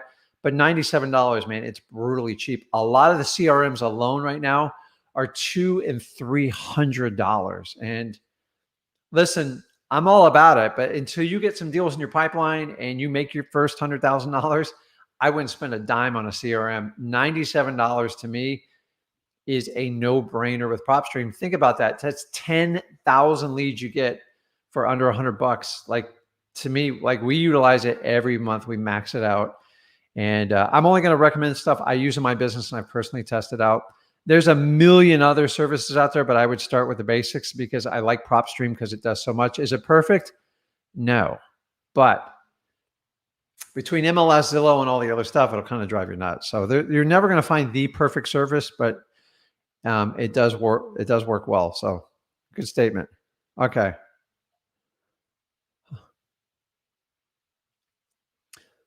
Okay, I'm running through the list here, guys. So we got about 6-7 minutes, and we're going to wrap this up. Wholesalers, do you want to squat up? Send me a friend request, Facebook. Give me a shout out, free info, so you guys know how to connect with him. He's on there. See, sometimes you just gotta like raise your hand to get some attention here. Let's see here. We answered that one. Malik wants to know who's in VA. You guys kind of give him a shout on there. And let's see. Okay, guys, keep the questions. Kara asks, what are you doing for direct mail? Postcards, letters? Do you have a template? Can you share? So I've been doing direct mail my entire real estate investing career, over 18 years. And my recommendation to you is to get your first few deals under your pipe. And then once you have some money to put in your marketing program, if you want to explore direct mail, hit me up, hit Zach up. We'll show you the services we use. I'll tell you right now, I love using Justin over at openlettermarketing.com. He's over here on the East Coast, I believe the Northeast, and he has an amazing service built in for investors. And I have specific postcards. I like postcards. Some people like letters. I like to be cost effective, get them out, get as many letters out, and get the phones ringing as possible. It's much, much cheaper than letters. There's some really creative stuff that's out there right now. And I've been working with Justin over the years, and I work exclusively with him, and I help him design letters and postcards at work. Because you know what the really cool thing, guys? I've spent probably over $1 million in mailing over the last, and well under the last 10 years, and significantly more recently. I love when people say direct mail doesn't work. It works. But if you're just starting out, I would find the most cost-effective way to get a few deals on your belt, and then you can explore. And once you get all your bills taken care of, everything squared away, then go, hey, listen, how can we do direct mail to be effective? Right now, I do a lot of direct mail, and I get a lot of deals off of it. So I appreciate it. But you can start at openlettermarketing.com. Let them know you know Rick and Zach, and they'll tell you exactly what we do. I don't even hide it from you. So it's there's no additional cost to do it. I don't make any money off of it. So I just like to use businesses that support our channel as well as you guys. So give it a shot if you want to do that. So openletter.com. Let's see. Oh, here's a good one. Eric asked, any tips on not being so nervous when following up with sellers? I'm always saying the wrong thing. So here's the first tip. Be yourself. Don't try to be Rick. Don't try to be Zach. You have to be your authentic self, because if you're not, it always shows through. So if you want to use a script, that's fine. Practice it, but have some flexibility in the script, because if it sounds like a script, it's a script. I like to use a script for a guideline. Like, okay, ask the first 3 questions. I'm all about, if their house isn't for sale and there's no motivation, there's no point in asking about the house anymore. You just kind of move on. So here's the other little tip, Eric, is you being nervous means you're on the right path, because you're uncomfortable. You're doing what most people don't want to do, and you're in the right place. So here's what you got to understand. No one's going to attack you on the phone, so don't worry about it. You're going to get that same uneasy feeling when you meet with people physically. It just means you're on the right path, because after you do it X amount of times, it'll become normal and you'll expect it, and you will get an entire new lifestyle. Things will change in your life. So you're on the right path. So if you're not nervous, I think there's something wrong with you. So be yourself, look them in the eyes and answer questions. And here's a really cool part, Eric. If you don't know the answer to it, just hit us up here on a live, send us an email, send us a DM, whatever, and we'll help you out as much as you can. It's like having $100,000 guru in your pocket. So I make a lot more money on real estate than anything I can charge you guys on coaching. That's why I give it away for free. And I enjoy working with Zach. So we have a lot of fun doing this. So we are a truly family-run business, and I want you to share the same success as I do. So you're on the right path. So keep it up. It means you're uncomfortable and you're making progress. That's how change works. So awesome job. Okay, guys, I got time for like 4 or 5 more questions here. And here's one. There's a lot in this question. Let's go. Bonsai, PropStream, plus Mojo Dollar, or batch leads for everything. Are PropStream and batch leads the same service? What's that?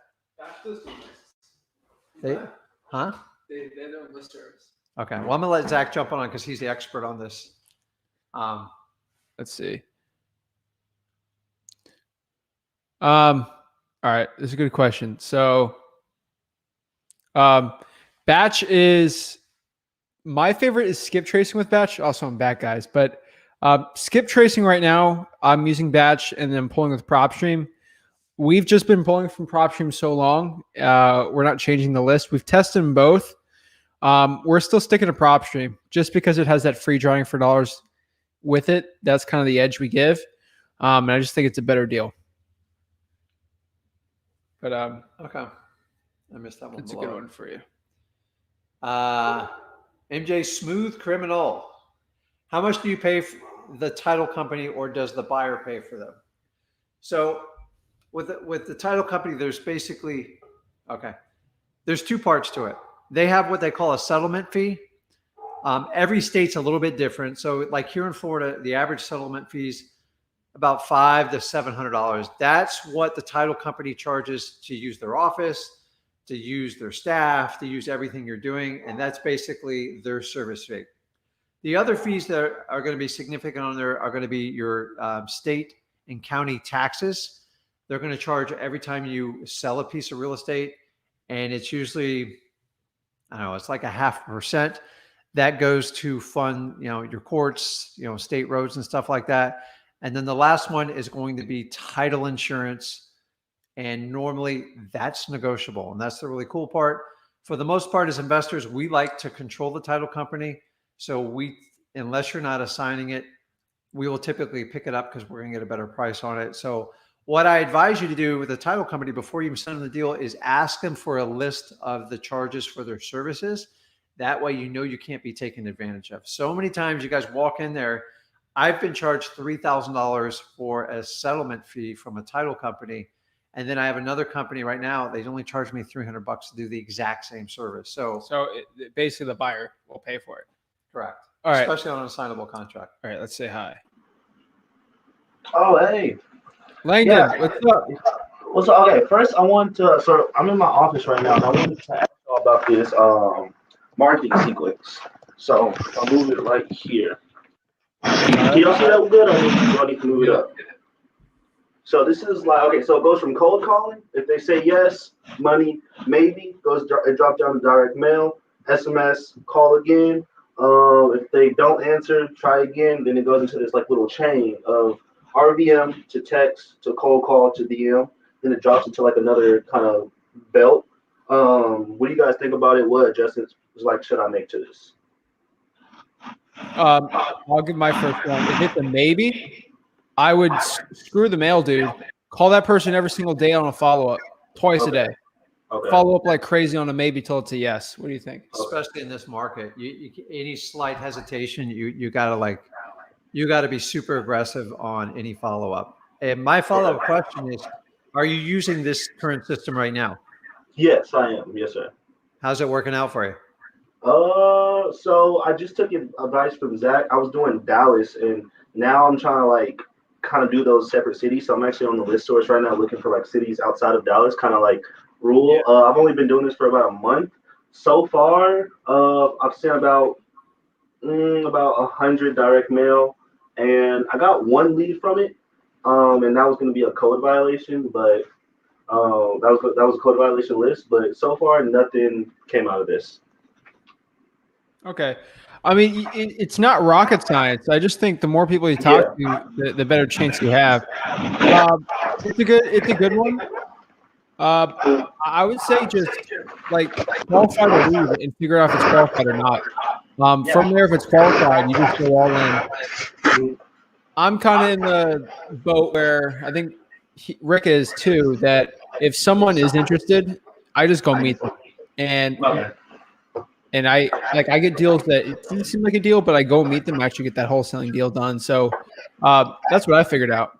But what questions do you have for Rick? Because I'm gonna be on here a little more. So how do you determine a landlord market? How do you determine a landlord market? Well, landlord properties are typically going to fall in a geographical spot. So the easiest way, and for the record, sometimes simplicity rules. Like gurus and stuff, we overcomplicate this business. And I love your chart and stuff like that, but like in the beginning, so how long have you been doing this? For about 2 months. Okay, so you're getting through the learning curve. Your goal is to talk to as many people as humanly possible until you get your first few deals and get them locked down and get them under, because you will learn so much by doing the deals that sometimes we overcomplicate it. So like a landlord market, like you think about all these complex tools, if you're doing it locally, you can get in your car and look.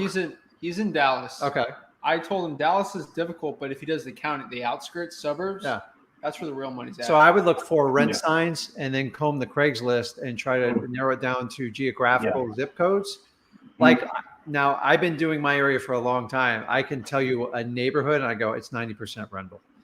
You have to get the data. Once you get it, you'll find out the next 10 years, those properties always wind up being rentals. And when the market gets hot like it is now, they start to sell retail, but they always turn back to rental. And that's one of our biggest opportunities, because people are looking for affordable housing right now. And that's the main thing. So there's being a lot of changes. So for rent signs is the easiest way to do it. And combing Craigslist for rent and pulling out the area codes and looking at, so if you ever look at a property description in the property appraiser site, you'll see the, like Riverview Heights, and you'll see it over and over and go, okay, Riverview is a rental community. Okay. That's the easiest way to do it. And then my second question would be, what are like the most important KPIs that you guys track in your business? So the ones I'm tracking right now is list, offers, contracts, and deals. What do you guys track? So I just did an entire video the other day on this. It's not released yet. That's not released yet, but I think you're right on it. What you have to do. So is it just you running your business right now? Yes, sir. Okay. So that's the most important part is you have to determine what activities are going to drive you to get a deal. And then you prioritize them 1, 2, 3, 4, 5. You really shouldn't have more than 4 or 5 KPIs because it gets to you. So you got to understand in the old days before this guy was around, I did everything on a yellow pad. Like it's like I wrote down dates, I followed up. I'm old school, man. Like today, make it so complicated is I would pick your top 3 KPIs and focus heavily on them. And then the other ones, you can look at like a monthly basis to look at trends. So many people who do like direct mail, all they do is focus on a response rate. It doesn't mean anything, especially in probates. If I get 1 call and I make 60 grand, what do I care if I only get 1 call and I send out 200 letters, right? Yeah. And so it's so easy to get distracted. The biggest thing is you have to figure out what's important to you. And then as you go down the road, you'll learn to teach other people KPIs. But I would say calling, and if you're doing driving for dollars, how many leads you're getting from there from driving for dollars wise. But cold calling, it really comes down to how many people you're getting in contact with and your lead rate. Do you gotta go work out? Yeah, I'm gonna take off. All right. So here's the last thing. Somebody asked me earlier, they go, how many calls do I need to get a deal with cold calling? That's not the question you need to ask. You need to say, how many calls am I willing to make to get a deal? And if you say I'll call 100,000 people to get a deal, like it might take you 100,000 calls. You might get it in the first 500. You might get the first 300. This guy, when I started, he started out when we did bandit signs.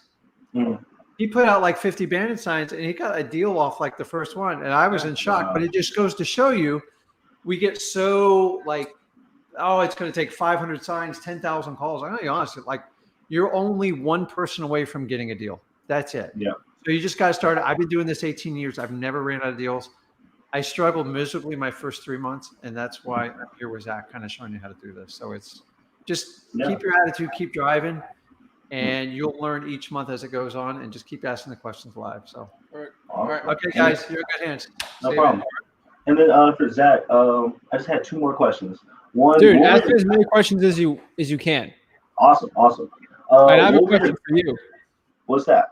Is that One Piece poster behind you? One Piece. I got Nice, One man. Piece, My Hero, and Hunter x Hunter. They all have their all. You ever watch One Piece? I've watched One Piece, yeah. Yeah, so they're all like for mindset purposes. So you already know Luffy's mindset to just keep going. Midoriya, he's a crybaby, but All Might's mindset is amazing. And then going, have you seen Hunter x Hunter?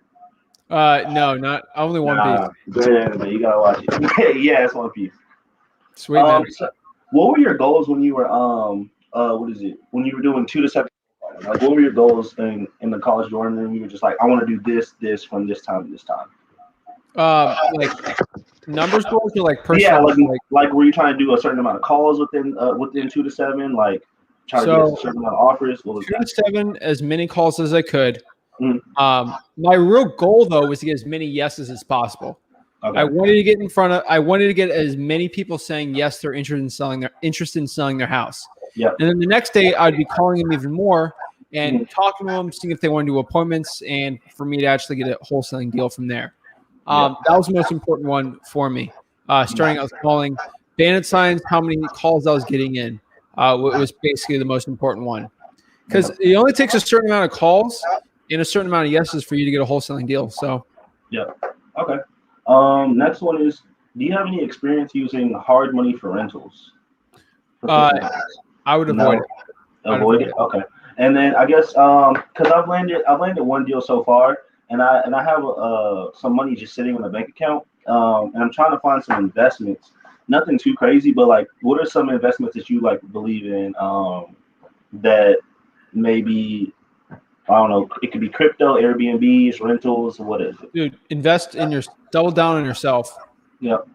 Okay. I'm telling you right now, invest in maybe start cold calling, trying for dollars, use that for gas money, pulling a list. That will give you a better return. Crypto, I'd be careful right now on it. I'm not scared of it. Like, it will go up to 100K, I think, but not in the next year. Yeah. There's so many great investments out there, but the best investments actually, like out of all my investments, I own crypto, stocks, real estate, rentals. The best one's my business. Okay. That's And then increased my net worth more than anything. awesome. I completely agree. Which one do you believe in more? Like which lead source has made you the most money, but like I guess the most quality deals? Would that be PropStream or County List? County lists. County List. All right, and then Probates. that'll be all. That'll be all. Yeah. Those Sweet, are my man. questions so far. Thank you. Awesome, dude. Let me know. Right. Need anything up? Any more help? But appreciate it, man. Keep it up. All right. Thank you. Thanks, bro. Sweet. Love helping the people out here. All right. See how many questions Rick left me.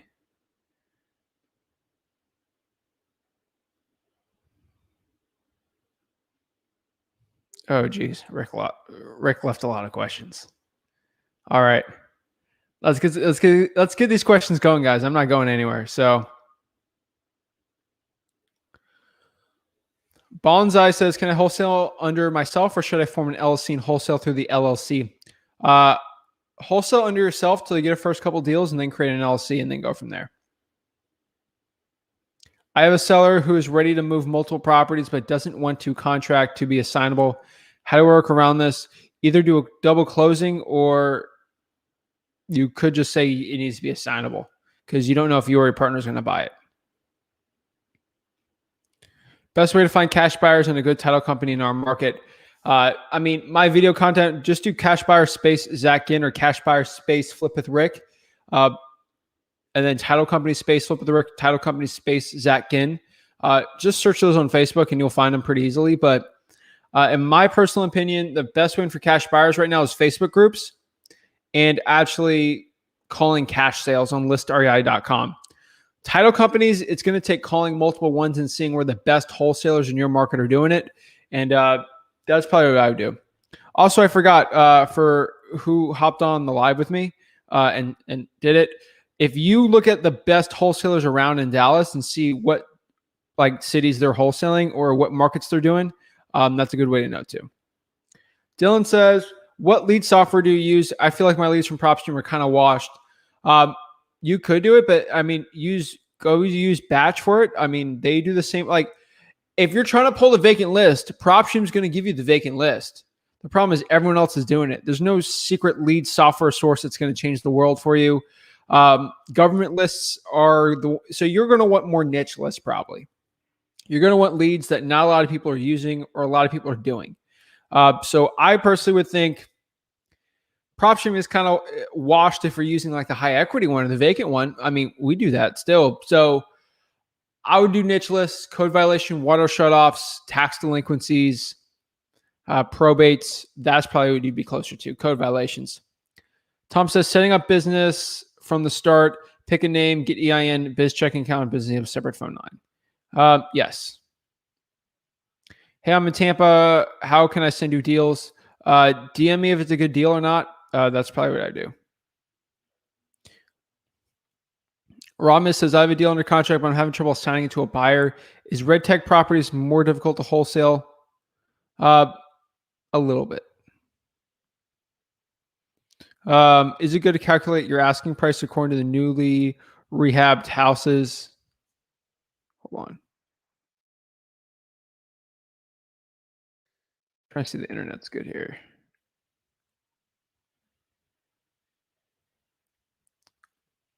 Is it a good idea to calculate your asking price according to the newly rehabbed house in the area? No, on just similar properties that are selling.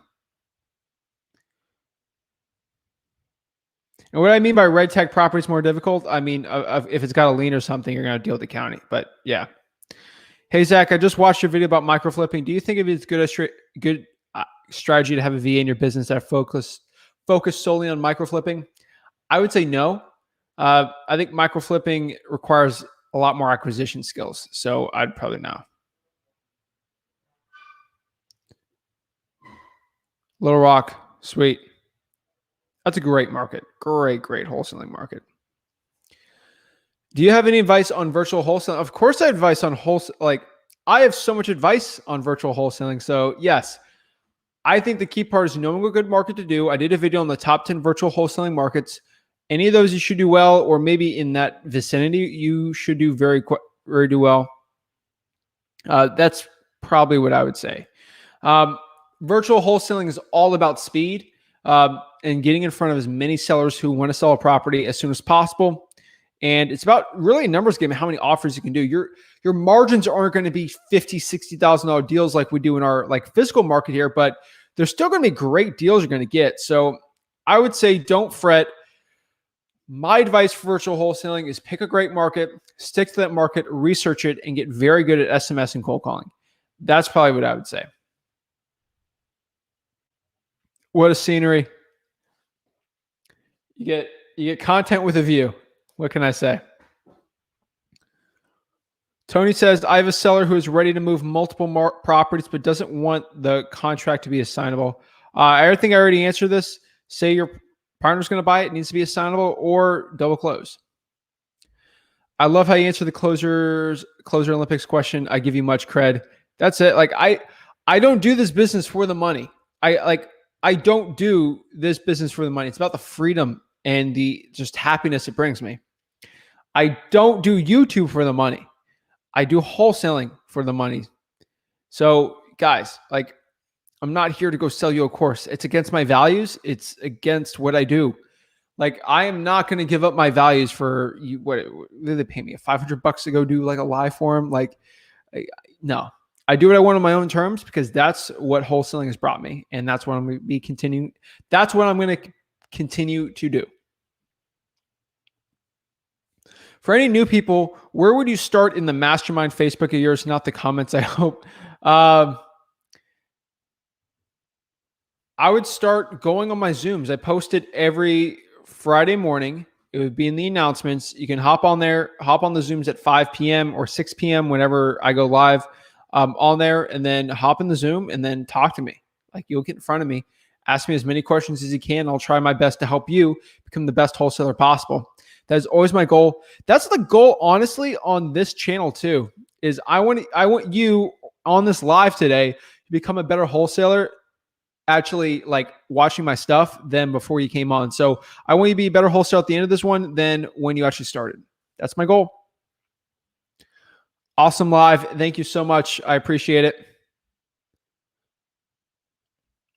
Answer that one. Do you say the rural areas in Minnesota were the best to wholesale in? In Minnesota, that in the suburban areas, yes. Troy says, what are your KPIs? Name a list you're using and the data for it. I think Troy's the one who hopped on here, but name a list you're using. I'm using vacants. High equity vacants right now are really hot for us right now. Fire damage properties, code violations, water shutoffs. Key performance since you were cold calling would be how many dials you can, how many yeses you can. Direct mail, how many calls we're getting in, how many appointments we're getting, and our closing ratio, what's the average deal amount, stuff like that. Sorry. Huh? Hold on. Yo, Eric. Hey, what's up? Good. How are you, man? Good, real good. Me and my girlfriend here, we have a question for you. All right. So our questions would come down to comping, and everyone's always asking. I think this is probably the most common question is comping and how to comp correctly.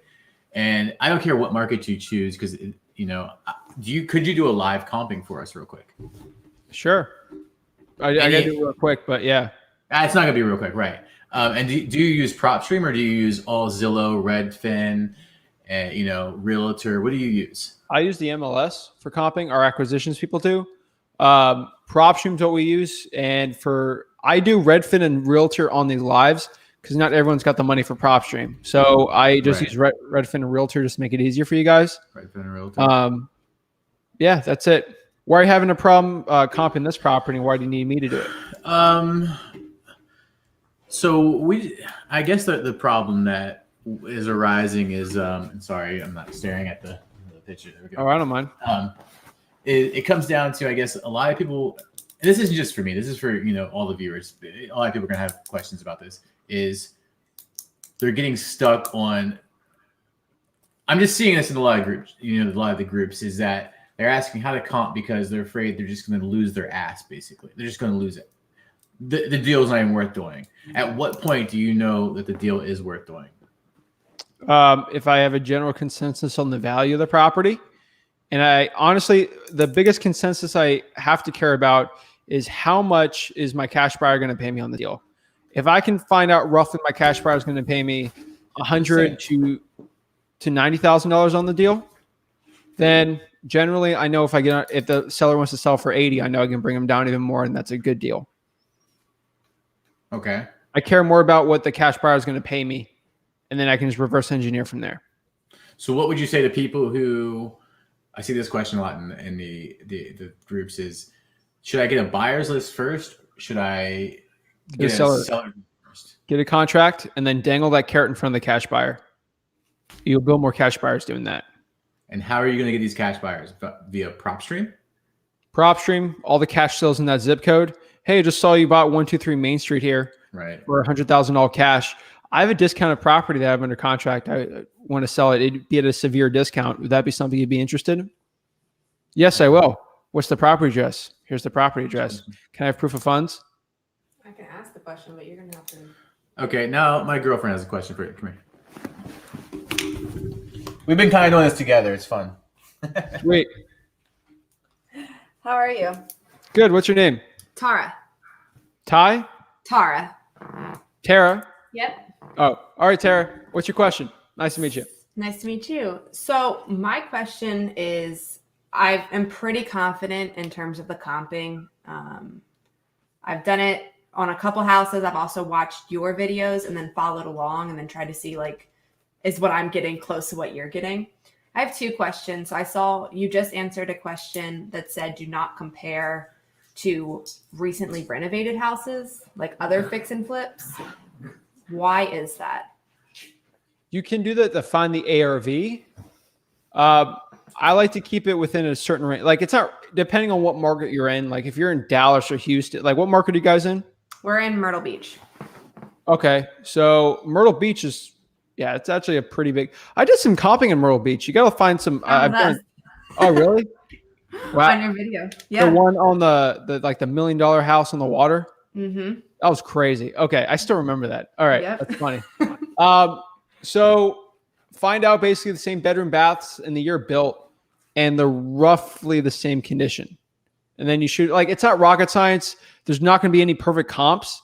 But in this hot market, it's a lot easier to do. So you can do a renovated property, but you're just going to have to reverse engineer the deal that you go on, how much renovations it's going to need to get to that level.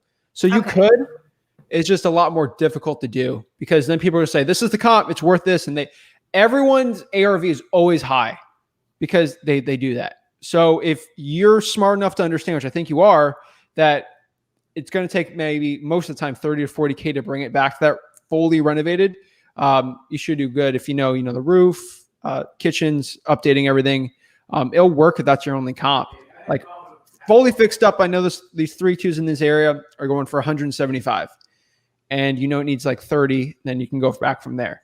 So yes, it's ARV minus repairs multiplied by the cash buyer discount offer. Yeah, so that's what we've been doing, is comping that way.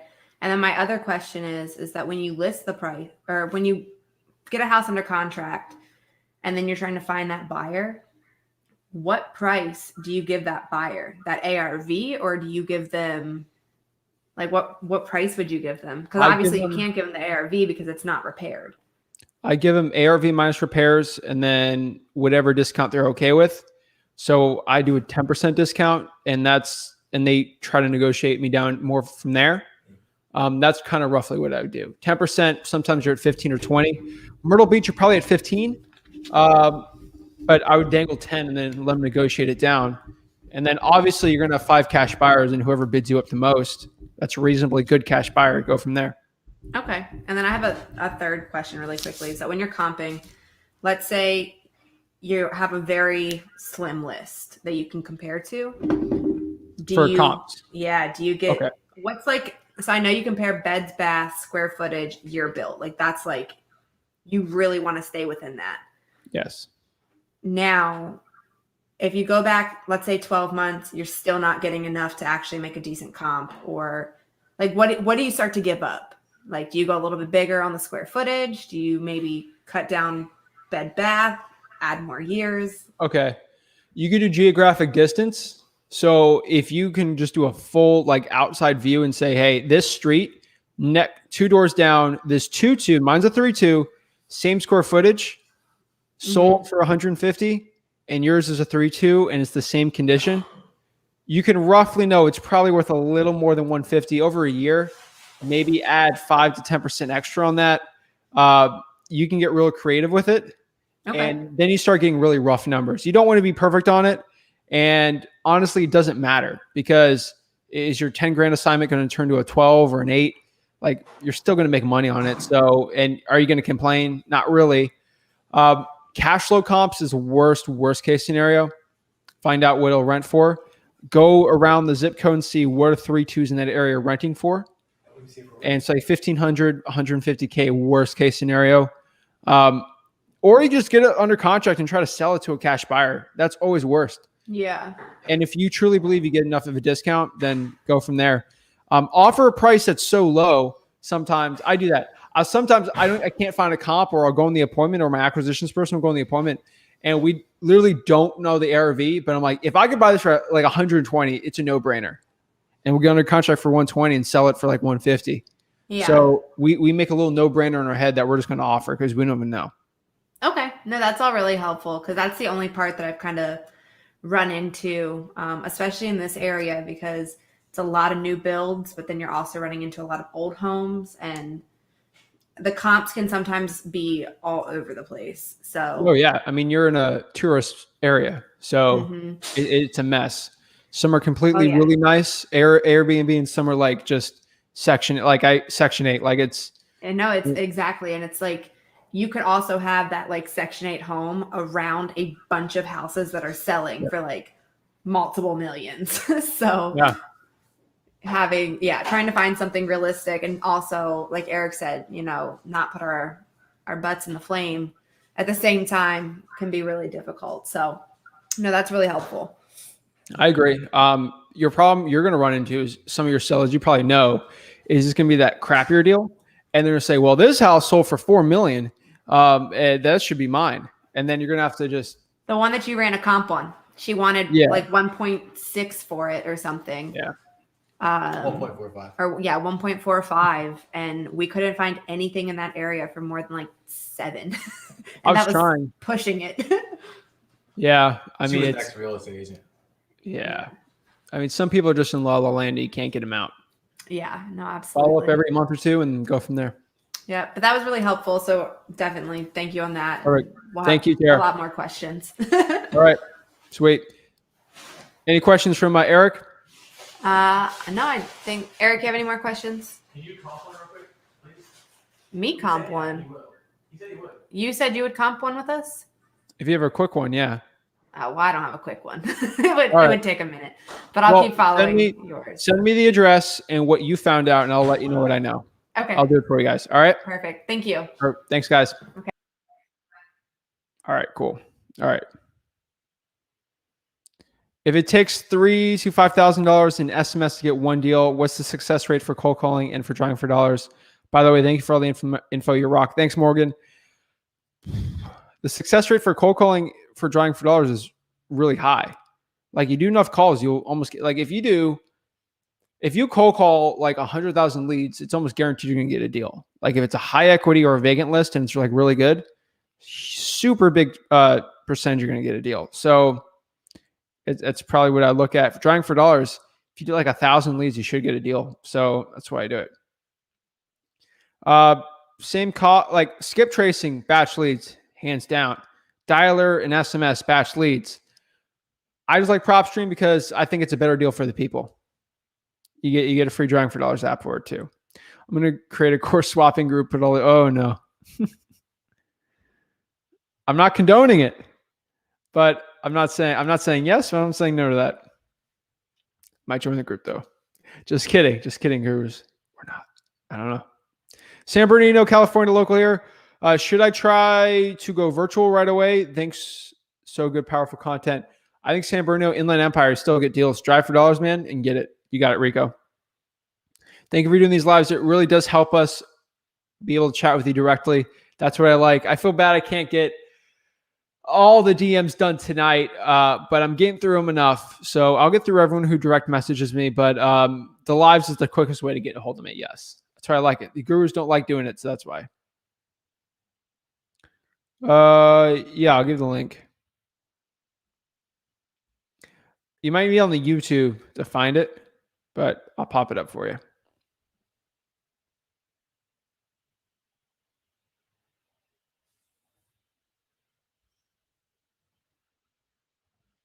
Be right here.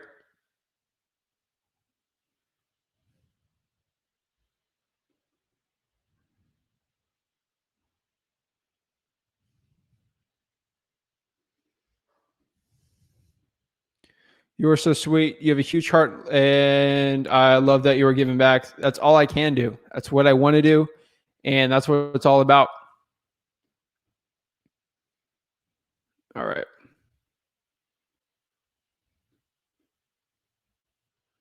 When drawing for dollars, are we looking for FSBO signs or simply signs of distress? Also do FSBOs if you want, but signs of distress mostly. If I buy a wholesale deal, should I hold it in my wholesale company name or should I hold it in a different name? Do the wholesale company. I don't think it's that big of a deal. Where would you find virtual assistants? Upwork is what I do, or onlinejobs.ph. They're not very friendly for wholesaling, and they make it very hard to do wholesale deals. It's getting harder. Thanks, Zach. Where's Zach? We love Zach. I'm back. I disregard my question. I didn't know what you're doing.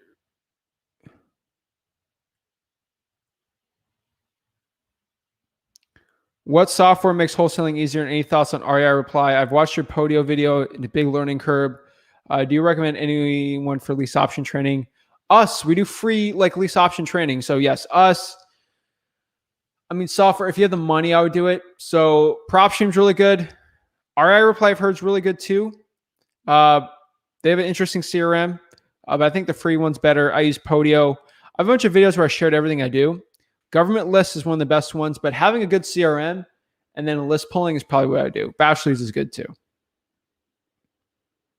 If I buy a wholesale deal, should I hold it in my wholesale company, different name? Guys, don't forget, like this video and subscribe. Hop more people on there so I can spend more time behind this live.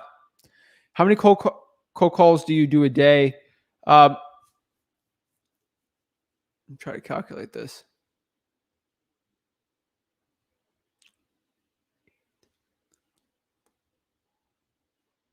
I mean, I don't like using how many calls you mean. So me, 0. Got some VAs cold calling, so it's in the thousands. I'm not going to reveal it for obvious purposes for the Port St. Lucie people watching this, but it's over 5,000, easily. If you're doing that, remember we're scaling it down from the 12-line dialer to the 3. So we're testing 5,000 out. We're testing 10.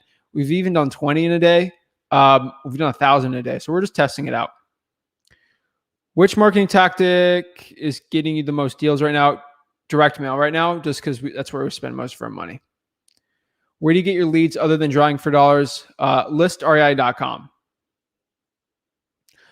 I have 2 properties next to each other under contract. The owner wants top dollar so I offer just a bit under ARV. Seller wants a buyer who wants to turn it to a gas station. I've actually seen these. I actually was going to do a deal on a gas station because I got sent one and I was going to wholesale it. It was going to be a decent profit, but it never worked out.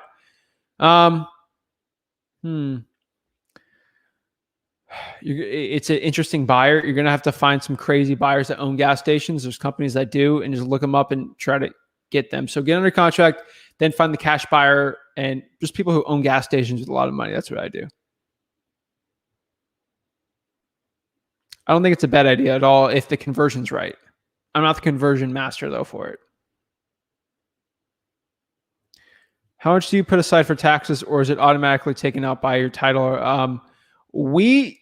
So again, I mean,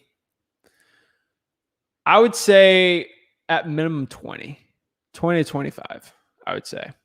But we pay quarterly, so At what point should you seek out a title company, and when does this happen during the transaction? I would seek out a title company before you even talk to a seller. I think you should always have a title company before. But I mean, worst case scenario, you just find one out when you get a contract, though, too. But yeah, you don't want to be scrambling trying to find that title company, though. So I'd try to find out before. Search title company, space Zach Ginn or Flip with Rick. You should be able to find one. Thank you. Of course, I love wholesaling vacant raw land. I do a decent amount of deals. I think it's one of the best ones out there. I love it. Care to ever take Rick on a possible? I'll have to ask him, but I don't think it's a tsunami because remember, just like in 2008, they'll piecemeal it out, so it won't be an insane amount. How many lists would you suggest we work with if each list is average of 3 to 5? As many as you can handle for marketing. That's all I can say. How do you keep your deals coming in consistently? How long have you gone and didn't get anything? We always do deals every month because we spend them enough, especially profit-wise. I just say consistently doing the marketing will give you consistent deals. That's it. The more consistent you are with your marketing, the more consistent your deals will come in. Thanks, Sonia. Thank you. I have funds to hire a team of callers. Should I get on the phones myself to start or scale right away? I think you should get on the phones a little and just test out your strategy and just see as a general baseline. So cold call for like 2 hours and just see your results and then try to implement those results with whoever you're hiring. So a good baseline. I don't think it hurts. Hey, Rick, would you recommend having a different LLC? Yes. Flipping you could be different depending on what you want to do. Rentals, yes.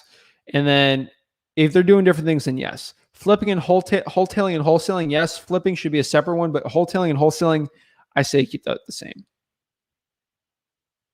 You can also have a big corporation and then have LLCs under it too.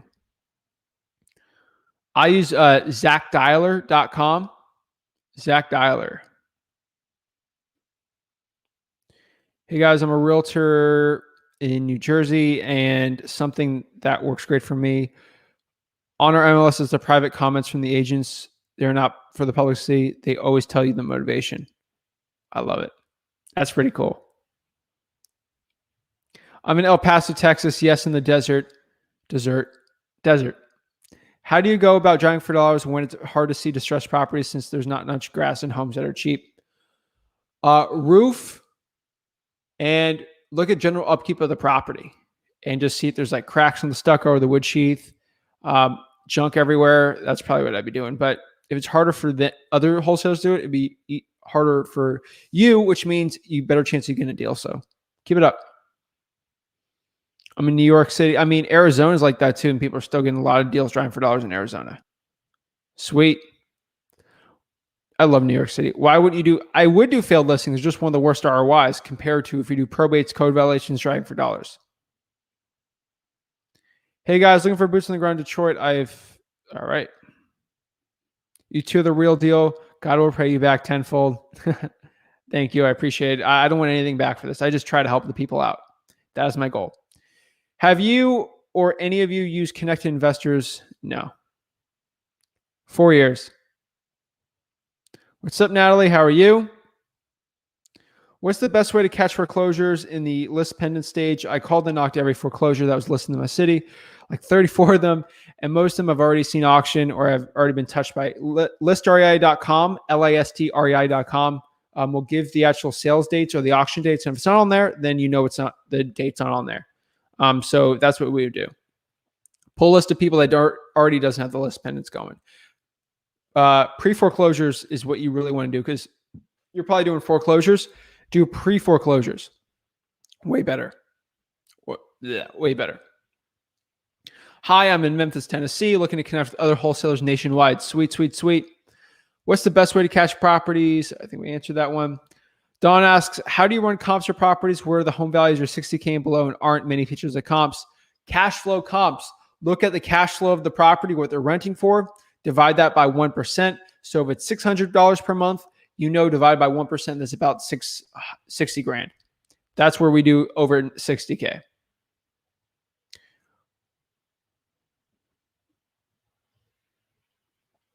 When cold calling, should I have PropStream or Zillow on my computer up at the same time? I would do PropStream because if there's a list pendants, if there's like a divorce situation going on, if the person owns multiple properties, it's probably the best if you have PropStream up. If you don't have the money for PropStream, do Zillow. What all does your admin VA do? So we don't really technically have an admin. We have a lead, like a follow-up lead person, lead manager. We have people pulling marketing lists for us, not like an admin for all the clerical work. Transaction coordinators, but they're not VAs. What do you use as far as getting electronic signature and contract and wholesaling virtually?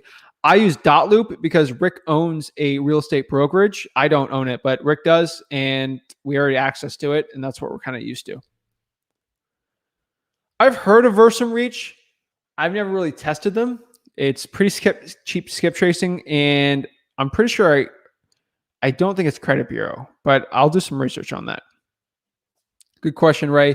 Beto, can you get a deal strictly off PropStream with 3,000 in Sacramento, a cool market? I don't have a car, don't want to drive for dollars, but could take Uber to my deals. Yeah, I think 3,000. If you true people search the phone numbers, you should. I mean, not guaranteed, but it's not guaranteed. But I think you keep calling that list every month. I think you get some good results and some leads.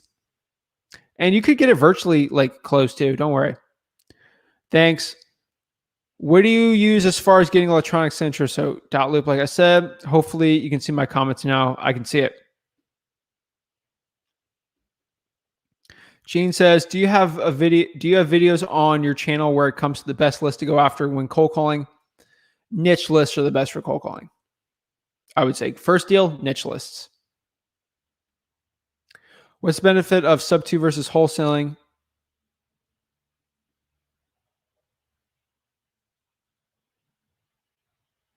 What's the benefit of subject to versus wholesaling? In what situation would you deal with that work? I've seen some of Rick's video on it, but I didn't understand when and why you use it. Perfect.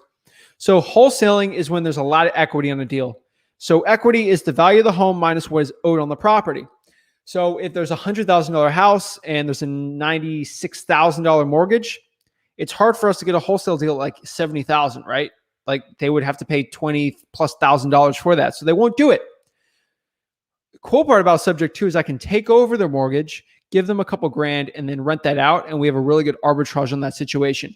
Subject to works very good when there's no equity in a deal, which not a lot of wholesalers want to do. Versus wholesaling, there's a lot of equity and you can make a quick buck on it. Subject to is more of a long-term cash flow game where wholesaling is a quick money game. You turn that quick money into long-term wealth. So I like to do it where we do all the leads and then the wholesaling deals that aren't good, I turn it into sub 2 or lease options in creative finance. I like to use them all. They're just different strategies in a different way, different sellers. What's some virtual markets you recommend for somebody trying to make it out in New York City? Knoxville is really good. Greenville, South Carolina, Central Georgia, Texas is always really good. Orlando's pretty decent. Tampa, I've seen a lot of guys do really well. Ohio, Columbus area. I mean, there's so many great ones.